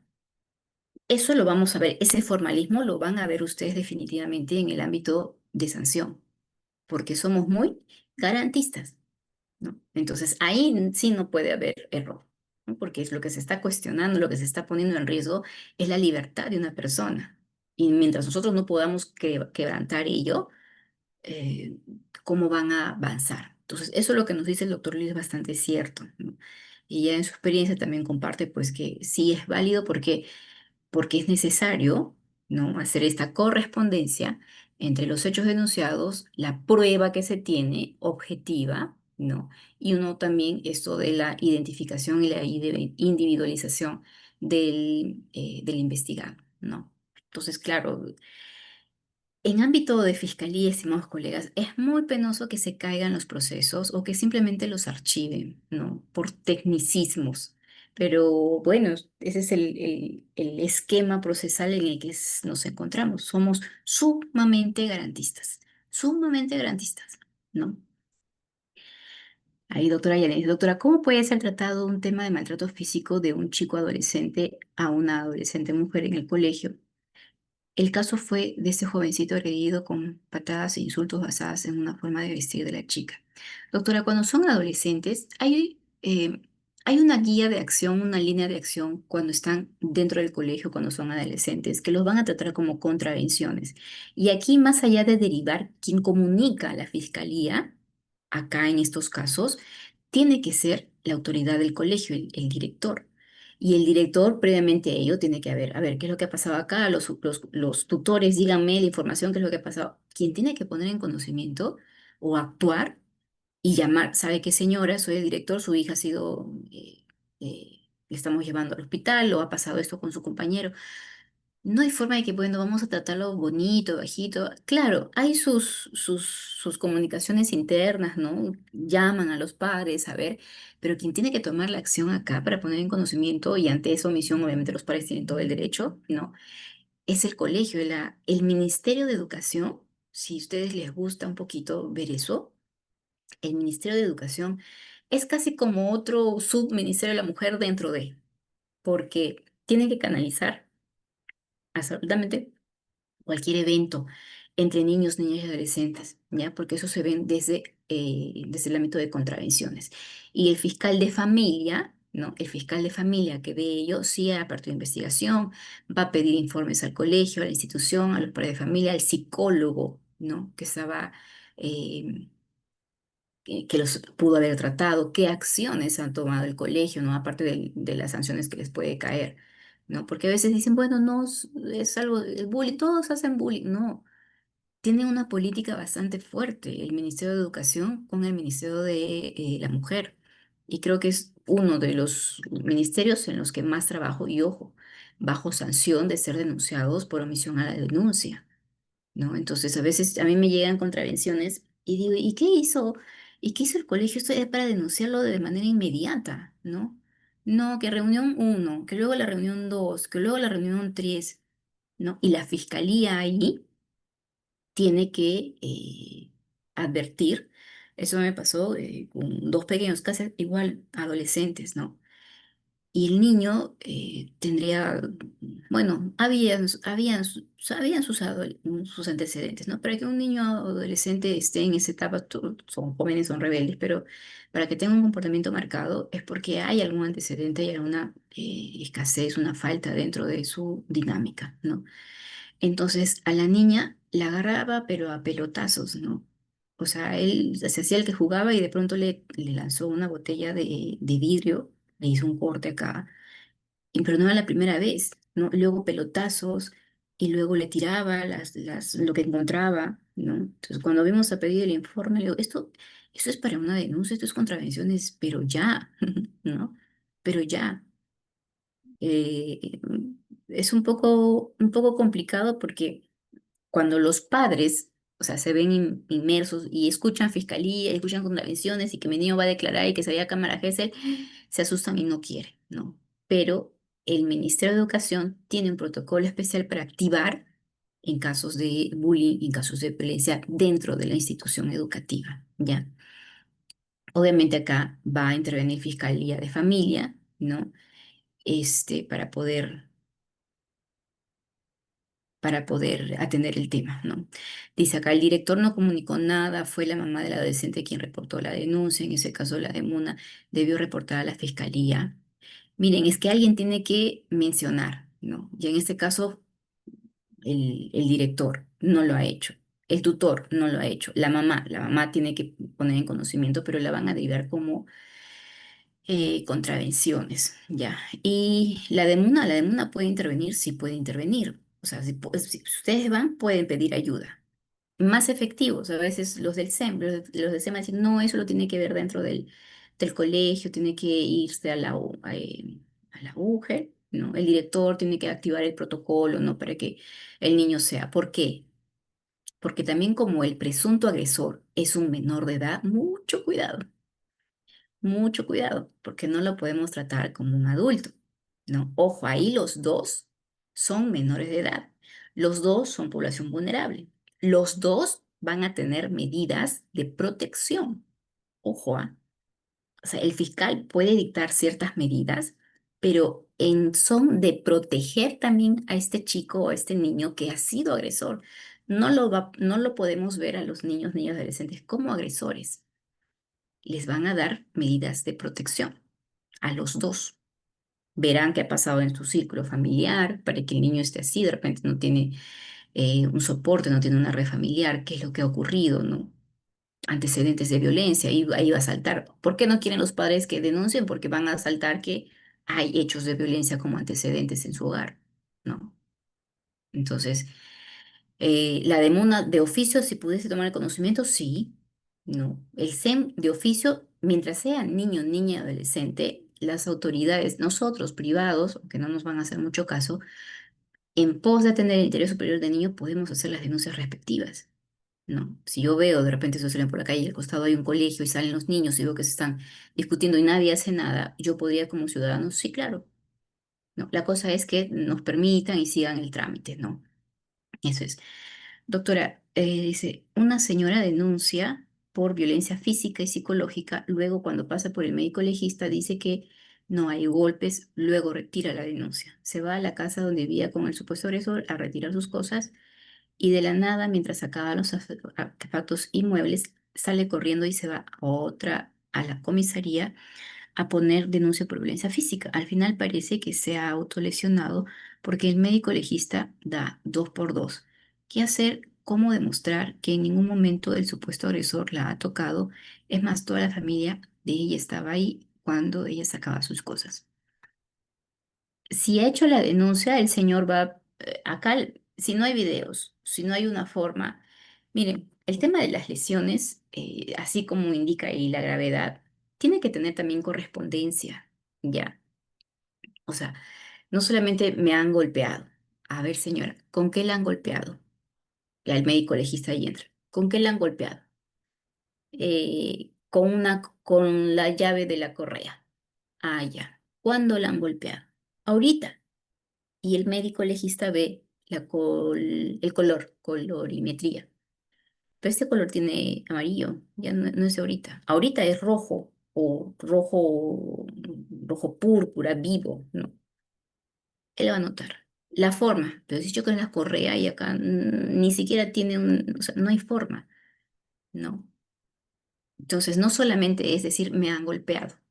El informe físico, el médico legal, debe decir la data de la herida, las posibilidades con las cuales se ha podido hacer esa herida. Por eso ustedes ven una herida contusa, punzo cortante, contuso, corta, y todas las variedades. ¿Por qué?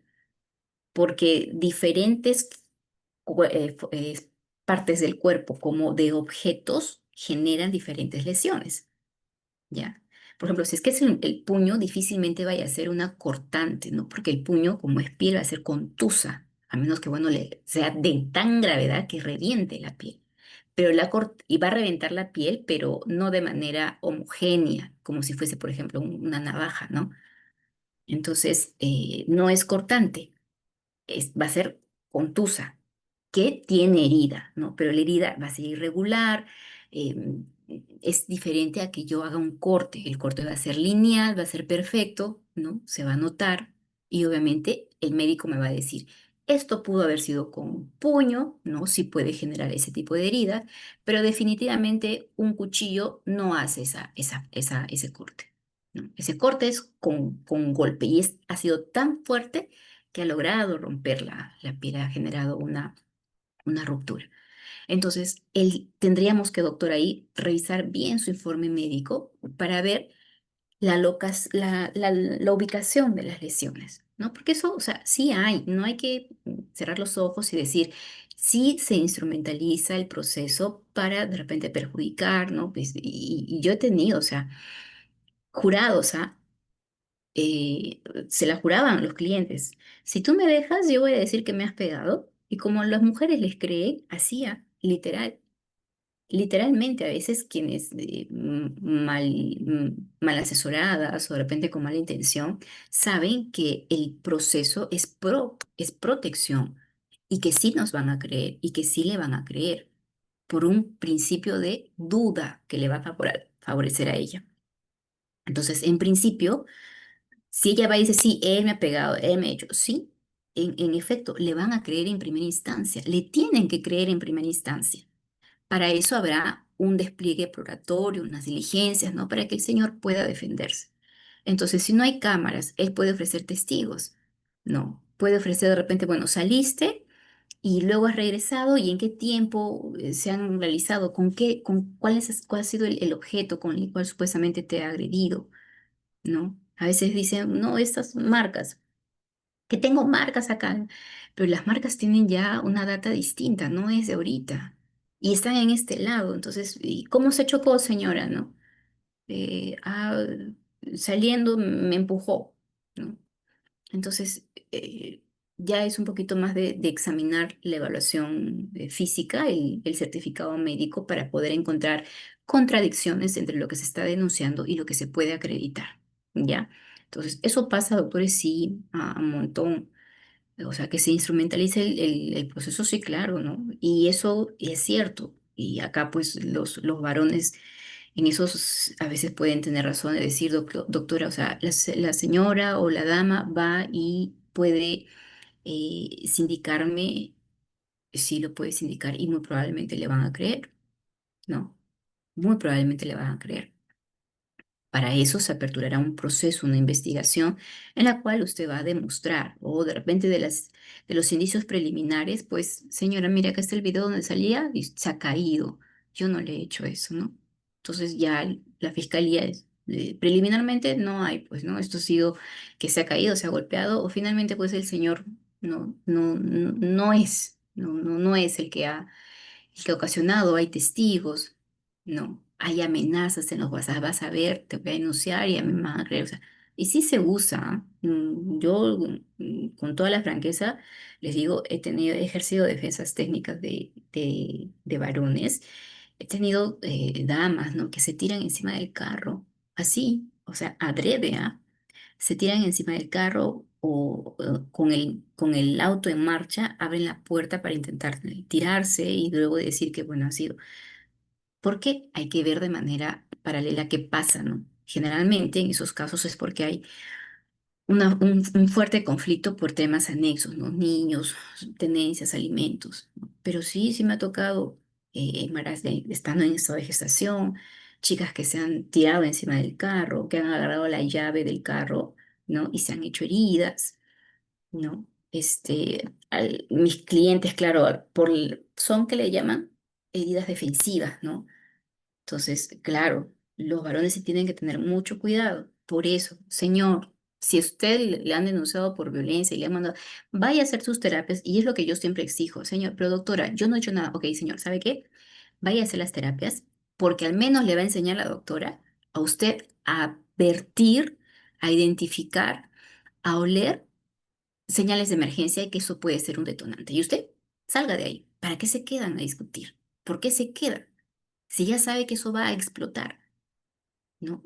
Tiene que aprender técnicas de comunicación, de repente una escucha activa, de repente no reaccionar, pero la psicóloga le hará entender que usted también puede prevenir situaciones de esa naturaleza, ¿no? Evitar el conflicto, ¿no? A veces me manda, pero le digo, por señor, ¿por qué se quedó usted? ¿Por qué no se metió a su casa? Si veía que la señora venía con la piedra, ¿no? Es que, bueno, ahí sale pues la formación, que cómo me voy a esconder, pues doctora.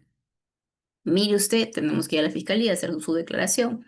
Felizmente lo tiene usted grabado y el que le quedó el piedrazo fue usted, no, no usted a ella, ¿no?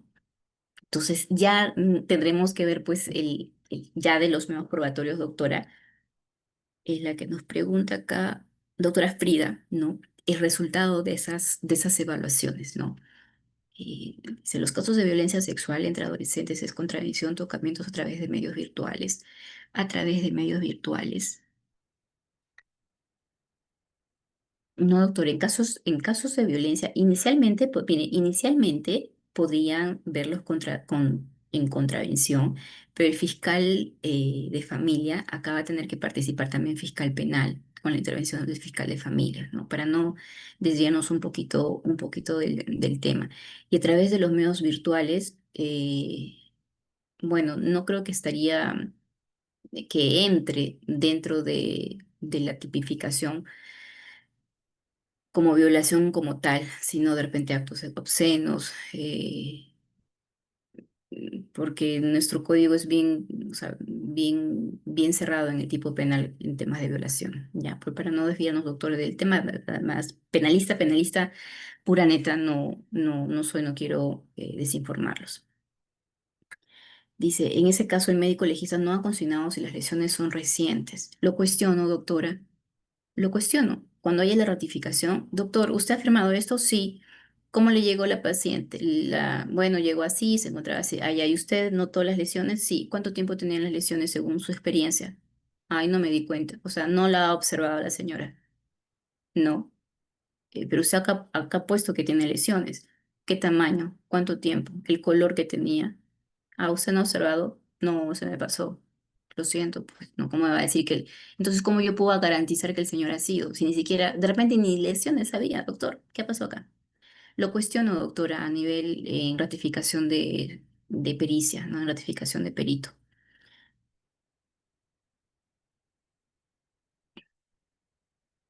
Mire, doctora, qué buena pregunta, doctora Lourdes. Si una menor de 15 años le agrede físicamente con jalones a su mamá, ¿se puede denunciar a la menor? Puede recurrirla, mire, no la va a poder denunciar y no le van a dar medidas de protección a la señora. Ya, tiene que haber una intervención acá a favor de la niña, porque ¿qué es lo que está pasando? Su conducta violenta, si ya es de manera reiterada, o sea, sí la puede llevar a la comisaría, pero no la van a detener, ¿no? Ahí probablemente la vayan a derivar con el CEN para que de repente pueda pasar una evaluación o si ya su conducta es muy perniciosa, muy eh, delincuencia juvenil, ya tendrá que ver también el juez de familia ve lo que son no son contravenciones, perdón, se me fue el término. Contra la ley penal. O sea, no son delitos, sino son faltas contra la infracción, ay, infracciones contra la ley. Lo va a tratar como una infractora, si es que ha generado lesiones, si es que ya es muy grave, ¿no? Lo van a tratar bajo el proceso especial de infracciones contra la ley penal, lo ve un juez de familia que ve infracciones de menores, y es que es bastante grave considerado, ¿no? ¿Por qué? Porque este pequeño o este chico, esta chica, pues no le van a dar medidas de protección como medidas sancionatorias como tal, ¿no? Va a haber una intervención probablemente del equipo, a ver qué es lo que ha pasado, solamente es eventual o aislado el hecho, ¿no? Solo dice que hay equimosis. Sí, doctora, yo en lo particular de lo poquito que usted me dice, yo en su ratificación de pericia, sí lo cuestiono al doctor, ¿no? O sea, equimosis, pero ya, doctor, dígame qué es una equimosis. Bueno, es una, eh, no sé, una protuberancia, ¿no? De color tal, causada por agente, allá. Y yo y qué, le digo, ¿qué es equimosis? Dígame qué es una equimosis. Allá es el contacto con la piel con un objeto. Ay, ahí, de cuánto tamaño y cuánto tiempo tenía, ¿no? ¿Y con qué se puede producir eso? O sea, yo sí lo cuestiono, doctora, ¿no? Si solamente pone así equimosis, pero de cuánto, mínimo tiene que decir de 3 por 3, ¿no? El tamaño, o sea, por eso, si ha sido tan ligero, doctor, si usted ha sido tan ligero, la ha visto, ni siquiera la ha revisado a la señora, ¿no? Ni siquiera nos ha dicho, entonces, ¿cómo yo voy a garantizar que esas lesiones existían? Porque si hubiesen existido, tenían forma, tamaño, lugar, dónde, ubicación, color, ¿no? Pero le pone equimosis que de repente ni existían. Y usted ha puesto por poner nada más. Y se cuestiona, doctores, ahí el perfil del perito.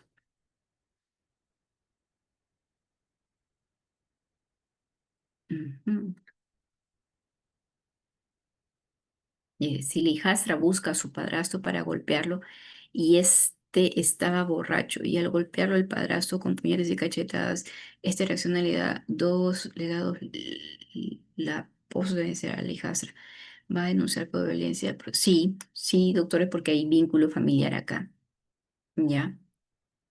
Si es que es padrastro, ¿qué quiere decir? Que es el esposo o la pareja de su mamá.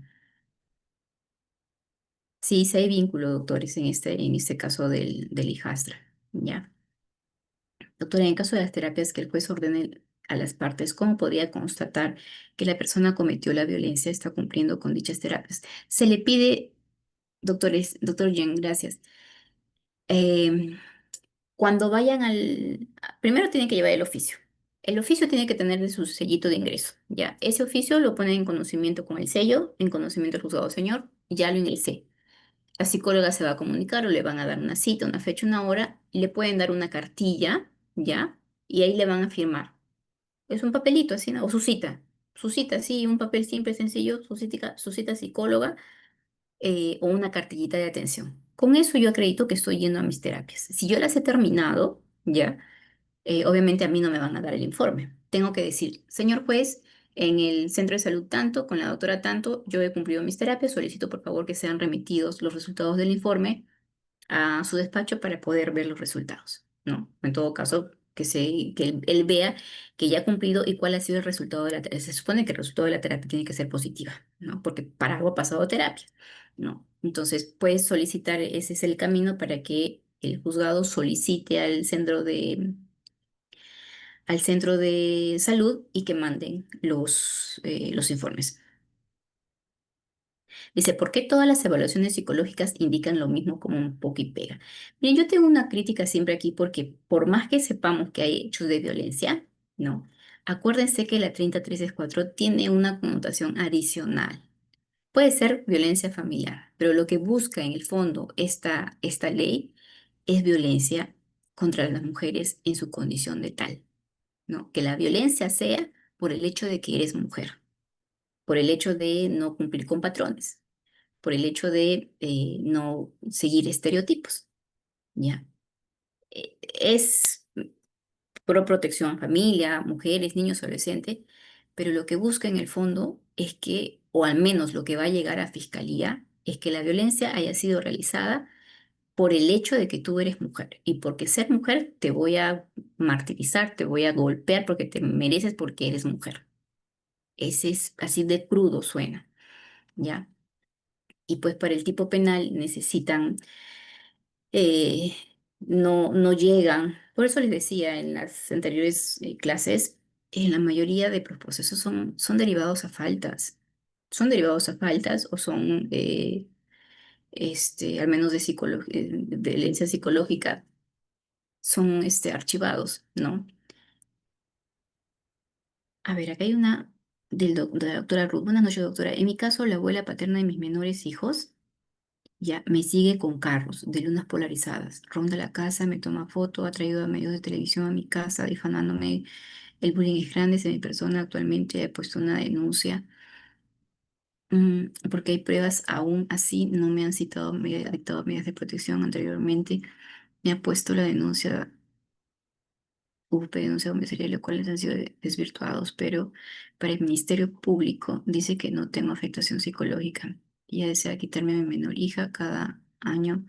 Es una denuncia nueva de la abuela hacia mi empresa. Claro, acá definitivamente hay un conflicto atendido, o sea, hay un conflicto familiar por el tema de el cuidado o la fijación que tiene la abuela con la pequeñita. O sea, el cariño, la atención de la abuela hacia los niños es correcto, pero tiene un límite. Ahí lo que tiene usted que ver, doctora o señorita o estimada colega Ruth, es cuál es el comportamiento de la señora, ¿no? Que de repente ya es un poco patológico, ¿no? Este querer estar con su hija, quitársela, ¿no? Porque hay situaciones en las que ya cuando cruzas lo normal se vuelve patológico, ¿no?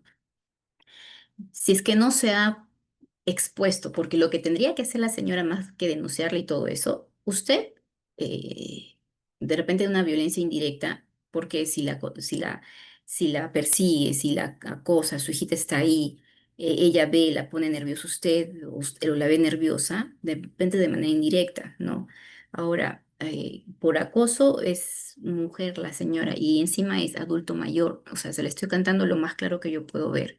Pero mientras no se establezca en un proceso natural, lo que debería poner la señora es, oye, o te voy a quitar la tenencia o la custodia de la niña, o quiero un régimen de visitas. Bueno, que la demande, pues, ¿no? Y que el juez natural pueda ver qué tan permisible, qué tan permitido sería que la señora con esas conductas pueda tener un régimen de visitas saludable, ¿no? Entiendo que no está el papá, o si está el papá, pues no está intervenido de manera correcta, ¿no? Sí he tenido casos en los que las abuelas, ¿no? O sea, han llegado a estar detenidos, abuelo, papá, y sabe lo que pasa, lamentablemente, y tenga mucho cuidado en ese sentido, porque al evidenciar conflicto, por eso no sé dónde está el papá tiene que ver mucho acá, porque al evidenciar conflicto entre ambas familias, y si interviene la UPE, la pueden poner en disposición a la pequeña, ¿no? De una familia acogedora, pero veo acá que ya han desvirtuado esas denuncias. Ujú. Ya,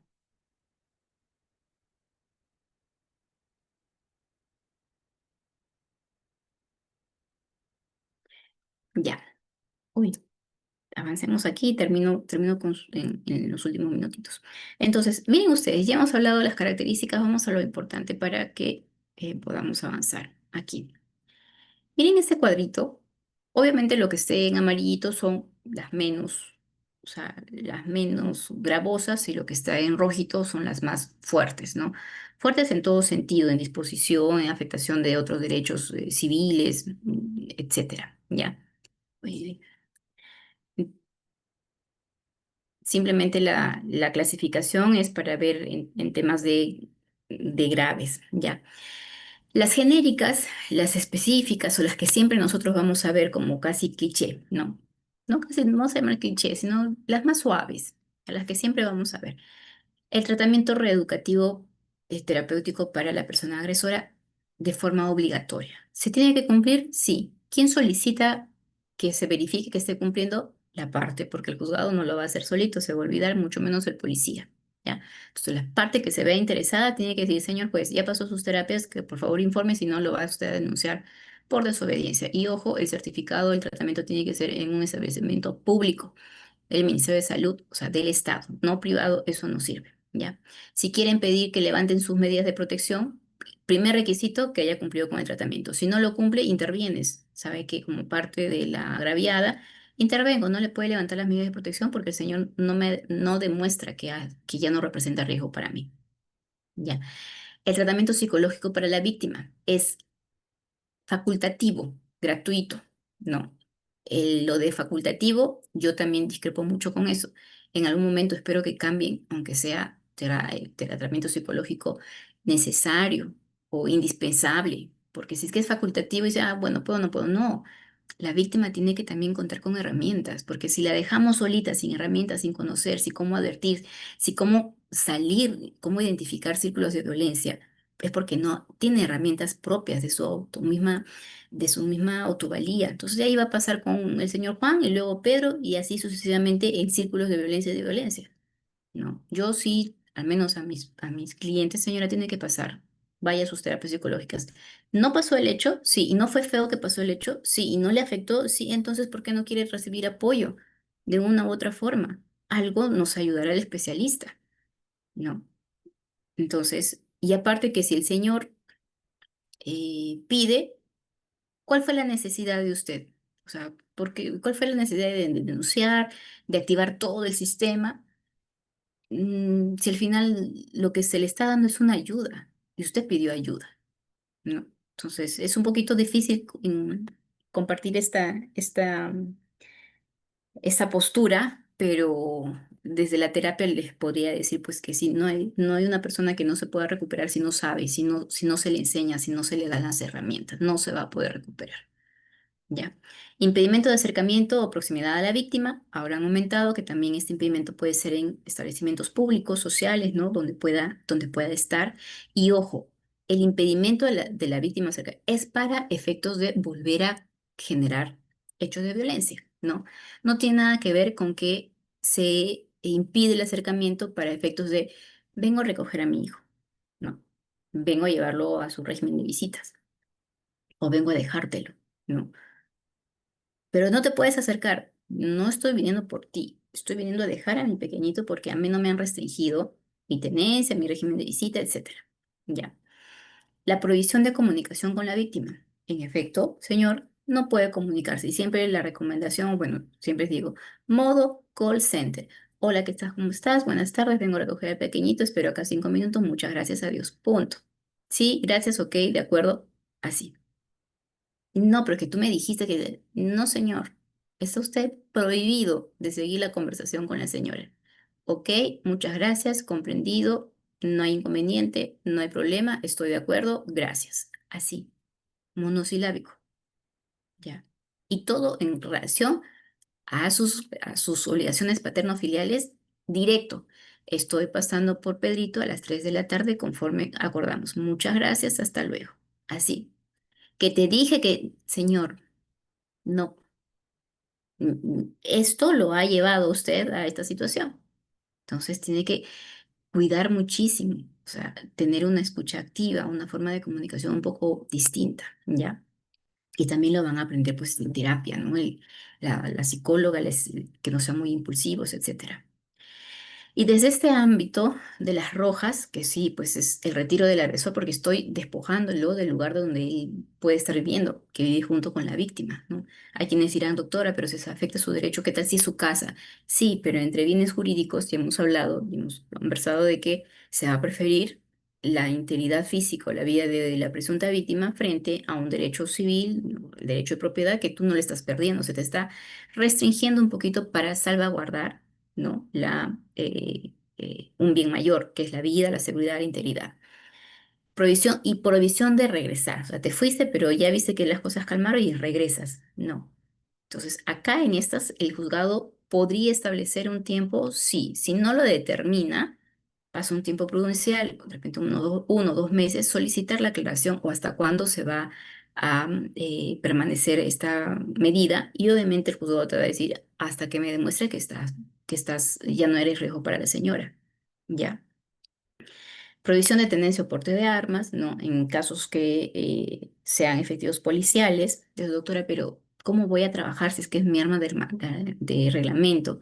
O yo trabajo en vigilancia privada, ¿no? Y la señora tendrá que analizar el juez qué tan grave, si es el primer hecho, si es que tú has tenido otras denuncias por este tema, si tienes todos tus papeles en regla del arma, ¿no? Muy aparte que estés en el trabajo, ¿ya? Esperen un segundito, se va a ir la batería.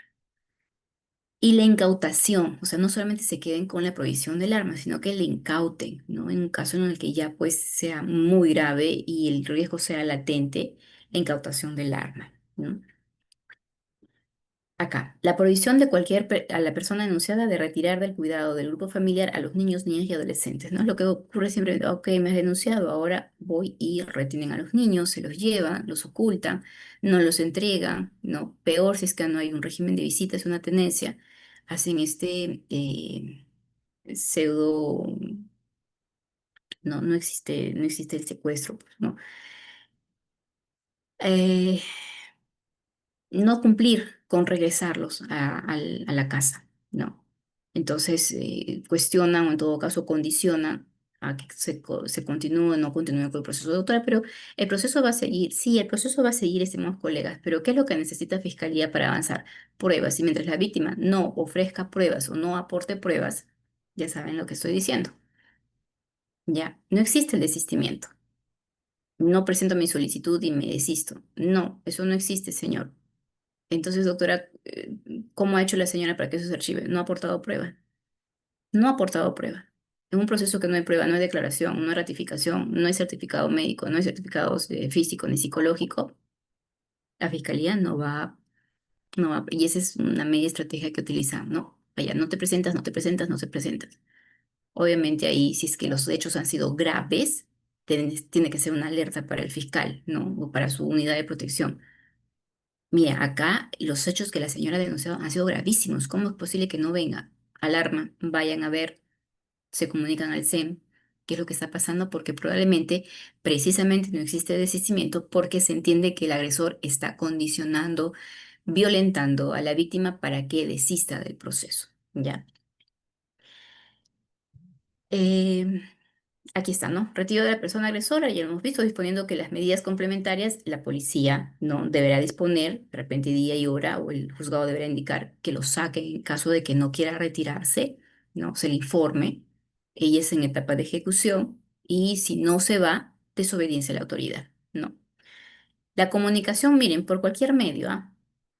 Hace unos meses salió una sentencia, o bueno, en redes, que a la chica le estaba acosando, ya no quería estar con él, me parece, y por Yape, creo que le yapeó 10 céntimos, pero le podía mensajear, ¿no? Le puso un texto. Entonces, se pone los límites de la comunicación. Si hay niños, obviamente esta comunicación está destinada a evitar violencia psicológica, no uso de palabras soeces de manera verbal, pero si es hola, buenas tardes, el día de mañana paso por Joaquín a las 3 de la tarde, muchas gracias, no te estoy violentando. No, es que solamente su presencia, sí señora, lo siento, su presencia le fastidia, pero el señor no se le está cuestionando su calidad como papá. Si usted duda o no quiere que nunca más vea, vaya a decirle al juez de familia. ¿No? Para que se cuestione sus condiciones y sus aptitudes como papá, ¿ya? Entonces, bien limitadas el tema de las medidas de protección en temas anexos, ¿ya? La proximidad, acá cuando ponen los metros, así metros o 200 metros, ya vamos a viendo, ¿no? La gravedad de los hechos que ha dicho la víctima, no necesariamente de que sean verdad. Pero mientras más amplio es el rango de evitar acercarse, es porque esa ficha de valoración de riesgo o su declaración está un poco, es gravosa, ¿no? Y aplica a domicilio, centro de trabajo, centro de estudios o aquella actividad cotidiana. Acá se suma en los centros comerciales o lugares públicos donde la víctima puede encontrarse, ¿no? El aporte de armas, el albergamiento a la víctima es lo último, estimados colegas. Es cuando la víctima no tiene una red de apoyo, no tiene, de repente tiene otra nacionalidad, de repente es migrante, de repente viene del interior del país, no tiene familia, no tiene empleo, no tiene ningún recurso económico, ¿no? ¿A quién pedir apoyo o quién la pueda acoger que no sea que esté en la casa de su agresor? ¿No? Entonces, ahora sí, en ciertas localidades, siempre lo que estoy viendo, eso sí, están cambiando, es si se le está ofreciendo a la víctima, oye, mira, esta es la situación, por tu seguridad, quisieras, te gustaría, ¿no? Hay personas que no tienen las condiciones, otras personas que sí tienen las condiciones, no, yo tengo mi propia casa, me voy a quedar, etcétera, ¿no? Pero a esto del albergue de las víctimas, la última modificación se ha dado en cuanto a refugios temporales. Entonces, ustedes revisen, los refugios temporales del Estado eran muy poquitos, no había para poder acoger tanta víctima. Ahora se ha desplegado nuevas disposiciones para que se puedan aperturar albergues, refugios temporales con sus disposiciones, con sus autorizaciones de funcionamiento y demás. ¿Ya? Eso lo hemos visto acá. Estas cautelares, ¿no? Para que esta medida de protección, miren, la medida cautelar funciona para que la medida de protección sea efectiva y pueda ser integral. Por ende, deben resolverse también decisiones vinculadas al empoderamiento, autonomía de las víctimas, alimentos, tenencia, medidas cautelares vinculadas a los bienes, traslados laborales por razones de violencia. ¿Ya? Entonces, son de manera complementaria para que esta medida de protección tenga mayor eficacia, un mayor amplitud, ¿ya? Si la víctima no solicita medidas cautelares, el juzgado puede otorgarlas de oficio para garantizar su bienestar y de las personas dependientes o en situación de vulnerabilidad a cargo de la víctima, ¿no? Requiere evaluar pertinencia al momento de dictar estas medidas cautelares en relación, miren ustedes, a patria potestad, régimen de visita, sistemas de apoyos y salvaguardas, tutorías, entre otras. ¿Ya? Entonces, van a regular estas relaciones que están acá atendidas. Patria potestad, régimen de visitas, sistemas de apoyo, salvaguardas. ¿Por qué apoyo y salvaguardas? Porque hay muchos hijos que se pelean por las herencias y los andan maltratando a los abuelitos. Entonces, intervienen, ¿no? Tutorías, entre otros. Entonces, de manera adicional, el juez me puede fijar una asignación económica primero, sí, porque de repente no hay niños, pero la post-recuperación de esa víctima, pues hace que vaya a gastar, que no esté trabajando, si tiene un trabajo independiente, ¿no? De repente espontáneo, eh, para efectos de que el presunto agresor cubra, ¿no? Esos gastos que él mismo ha generado. A diferencia de la pensión de alimentos o la asignación anticipada de alimentos cautelar, esta cautelar va así orientada a que se dé de manera mensual, ¿no? Mensual, la suma de 300 soles. Si no precisan tiempos, es hasta que la medida de protección se levante, ¿no? Mensual, y tienen que ordenar que se inicie el proceso de alimentos en el juez correspondiente, juzgado de paz letrado, para que tenga su sentencia definitiva, ¿no? Así, trabajar de manera paralela. Igual tenencia, si es que no hay un régimen de tenencia establecido y el problema que se ha generado o hay un riesgo de que los niños sean llevados eh, por el presunto agresor, sean ocultos, no se los lleven o no los retornen, ¿saben qué? Provisionalmente vamos a darle la tenencia a la señora, señor, y usted no se puede llevar a los niños y si se los lleva, los va a regresar.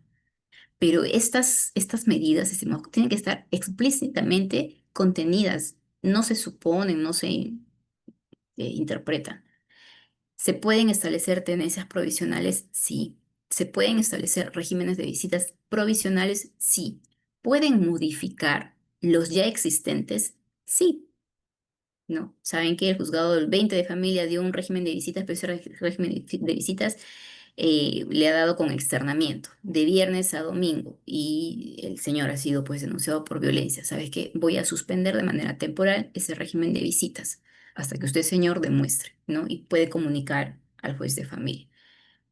Y el señor, no, yo acá tengo mi régimen de visitas, es donde decía, va el policía, no me dejan ver a mi hijo, yo tengo un régimen de visitas y la señora dice, se suspende el régimen de visitas.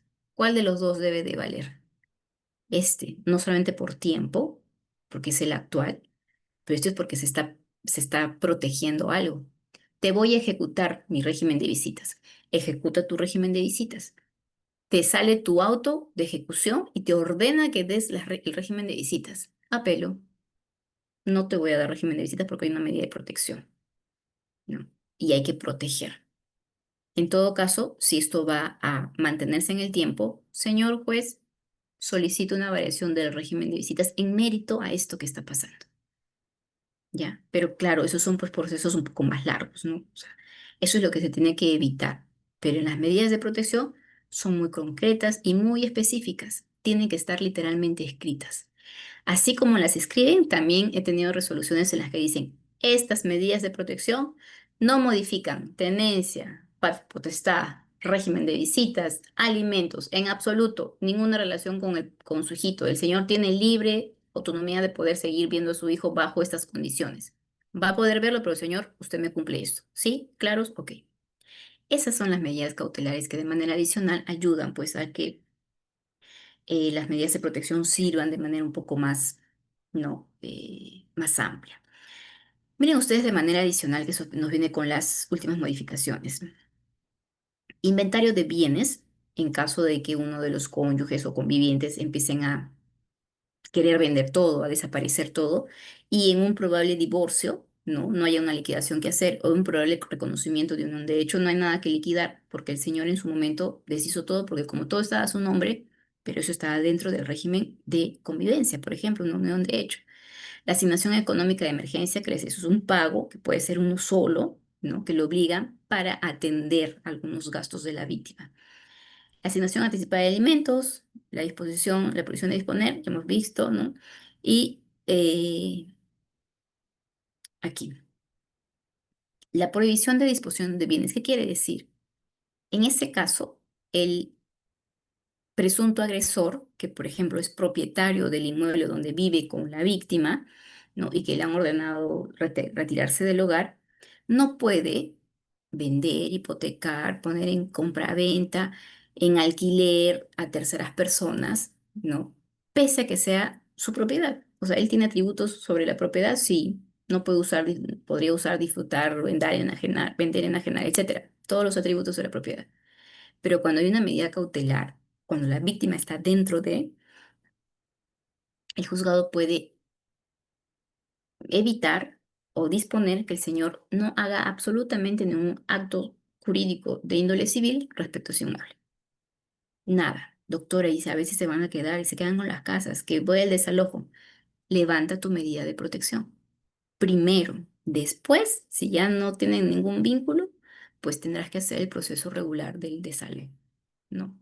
Pero tienes que subsanar, sanear, estar limpiecito de tu medida de protección, ¿ya? Entonces, no es que los civilistas decían, se está vulnerando el derecho de propiedad, no se está vulnerando, no te están quitando la casa, te están restringiendo un poquito tus derechos respecto a esa casa, porque hay alguien, uy, hay alguien a quien cuidar. Mientras tú no representes riesgo, no hay problema, tú vas a volver a ejercer las acciones civiles desde el ámbito civil para recuperar la posesión de tu casa. ¿Ya? Y si nunca salen, doctor, bueno, tienes que ir con mucho cuidado porque como hay unas medidas de protección, tendrás que ir por la vía civil para poder ejercer tus derechos como propietario, ¿ya?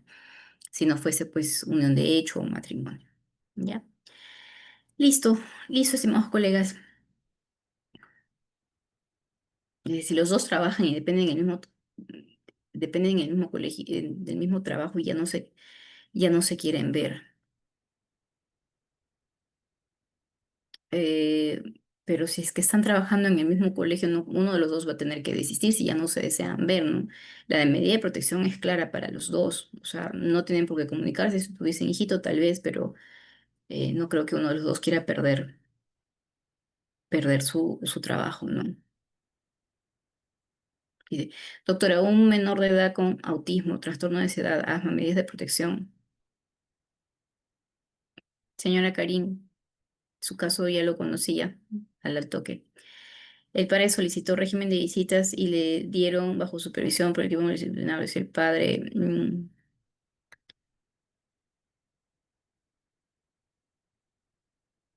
Es que el caso es específico, no podría dar una orientación, señora Karim, porque el caso es específico, ¿no? Si se ha determinado un régimen de visitas con supervisión, el juzgado tiene que precisar, de repente lo llevan al Poder Judicial, de repente en la sala de reunión familiar, ¿no? Puedan disponer una psicóloga para que los acompañe en ese plazo. El tema de que el pequeño tenga ciertos diagnósticos no es un impedimento para que pueda tener un régimen de visitas. Y precisamente el rechazo al régimen de visitas es lo que el juzgado tiene que cuidar. Un niño no puede rechazar. Su figura tiene que ser los dos.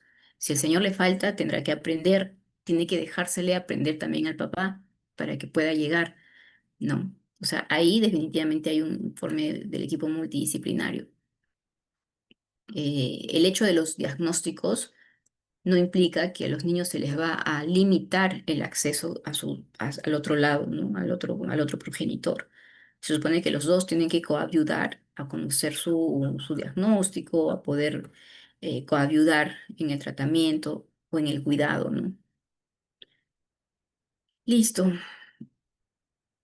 Es que si son muy específicos, doctores, con fechas es un caso particular y si doy una opinión de un caso explícitamente particular, me estoy perdiendo de muchos detalles. Podría ser muy irresponsable al decir haga esto, ¿no? Que son casos muy específicos. Se puede solicitar constancias de incumplimiento de medidas de protección cautelar, por ejemplo, régimen de visita profesional. Sí, doctor. Tanto como que lo haga, tanto como que no lo haga. Ojo, tanto que cumple el régimen como que no cumple el régimen. Pueden solicitar que no se está cumpliendo las medidas de protección, poniendo de conocimiento al juzgado, ¿ya? Y el juzgado va a ordenar a la comisaría para que diga, oye, ¿sabes qué? Hay 15 días te ordené que hagas un chequeo. Sí pueden solicitar o tanto como que sí cumple, va y lo ve, no como que no cumple, ¿no? ¿Para qué, doctora? Si no lo ve, ¿para qué para que no te pida un régimen de visitas en la vía normal? Muy amplio, pues, ¿no? Si no estás cumpliendo aquí, para qué vas a pedir un régimen más amplio, con mayores ventajas? ¿Ya? Dice, como abogado de la parte agraviada y este me indica que el agresor no está cumpliendo con sus terapias establecidas, el procedimiento sería el mismo, es decir, mediante escrito solicitar el juzgado nos informe. Sí, doctor.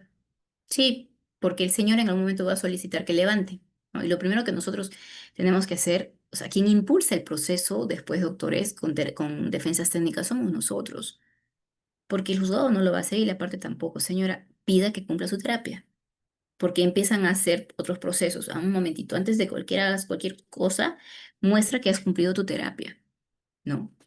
Van a empezar, si estás en proceso de alimentos, van a empezar a ejecutarte actas, a cambiarte actas, a variarte tenencias, a querer, no, no, un ratito, señor, muéstreme que usted no significa riesgo y después vamos a hablar de una variación de tenencia.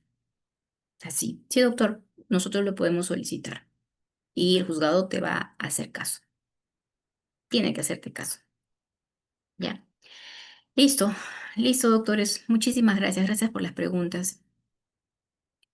Eh,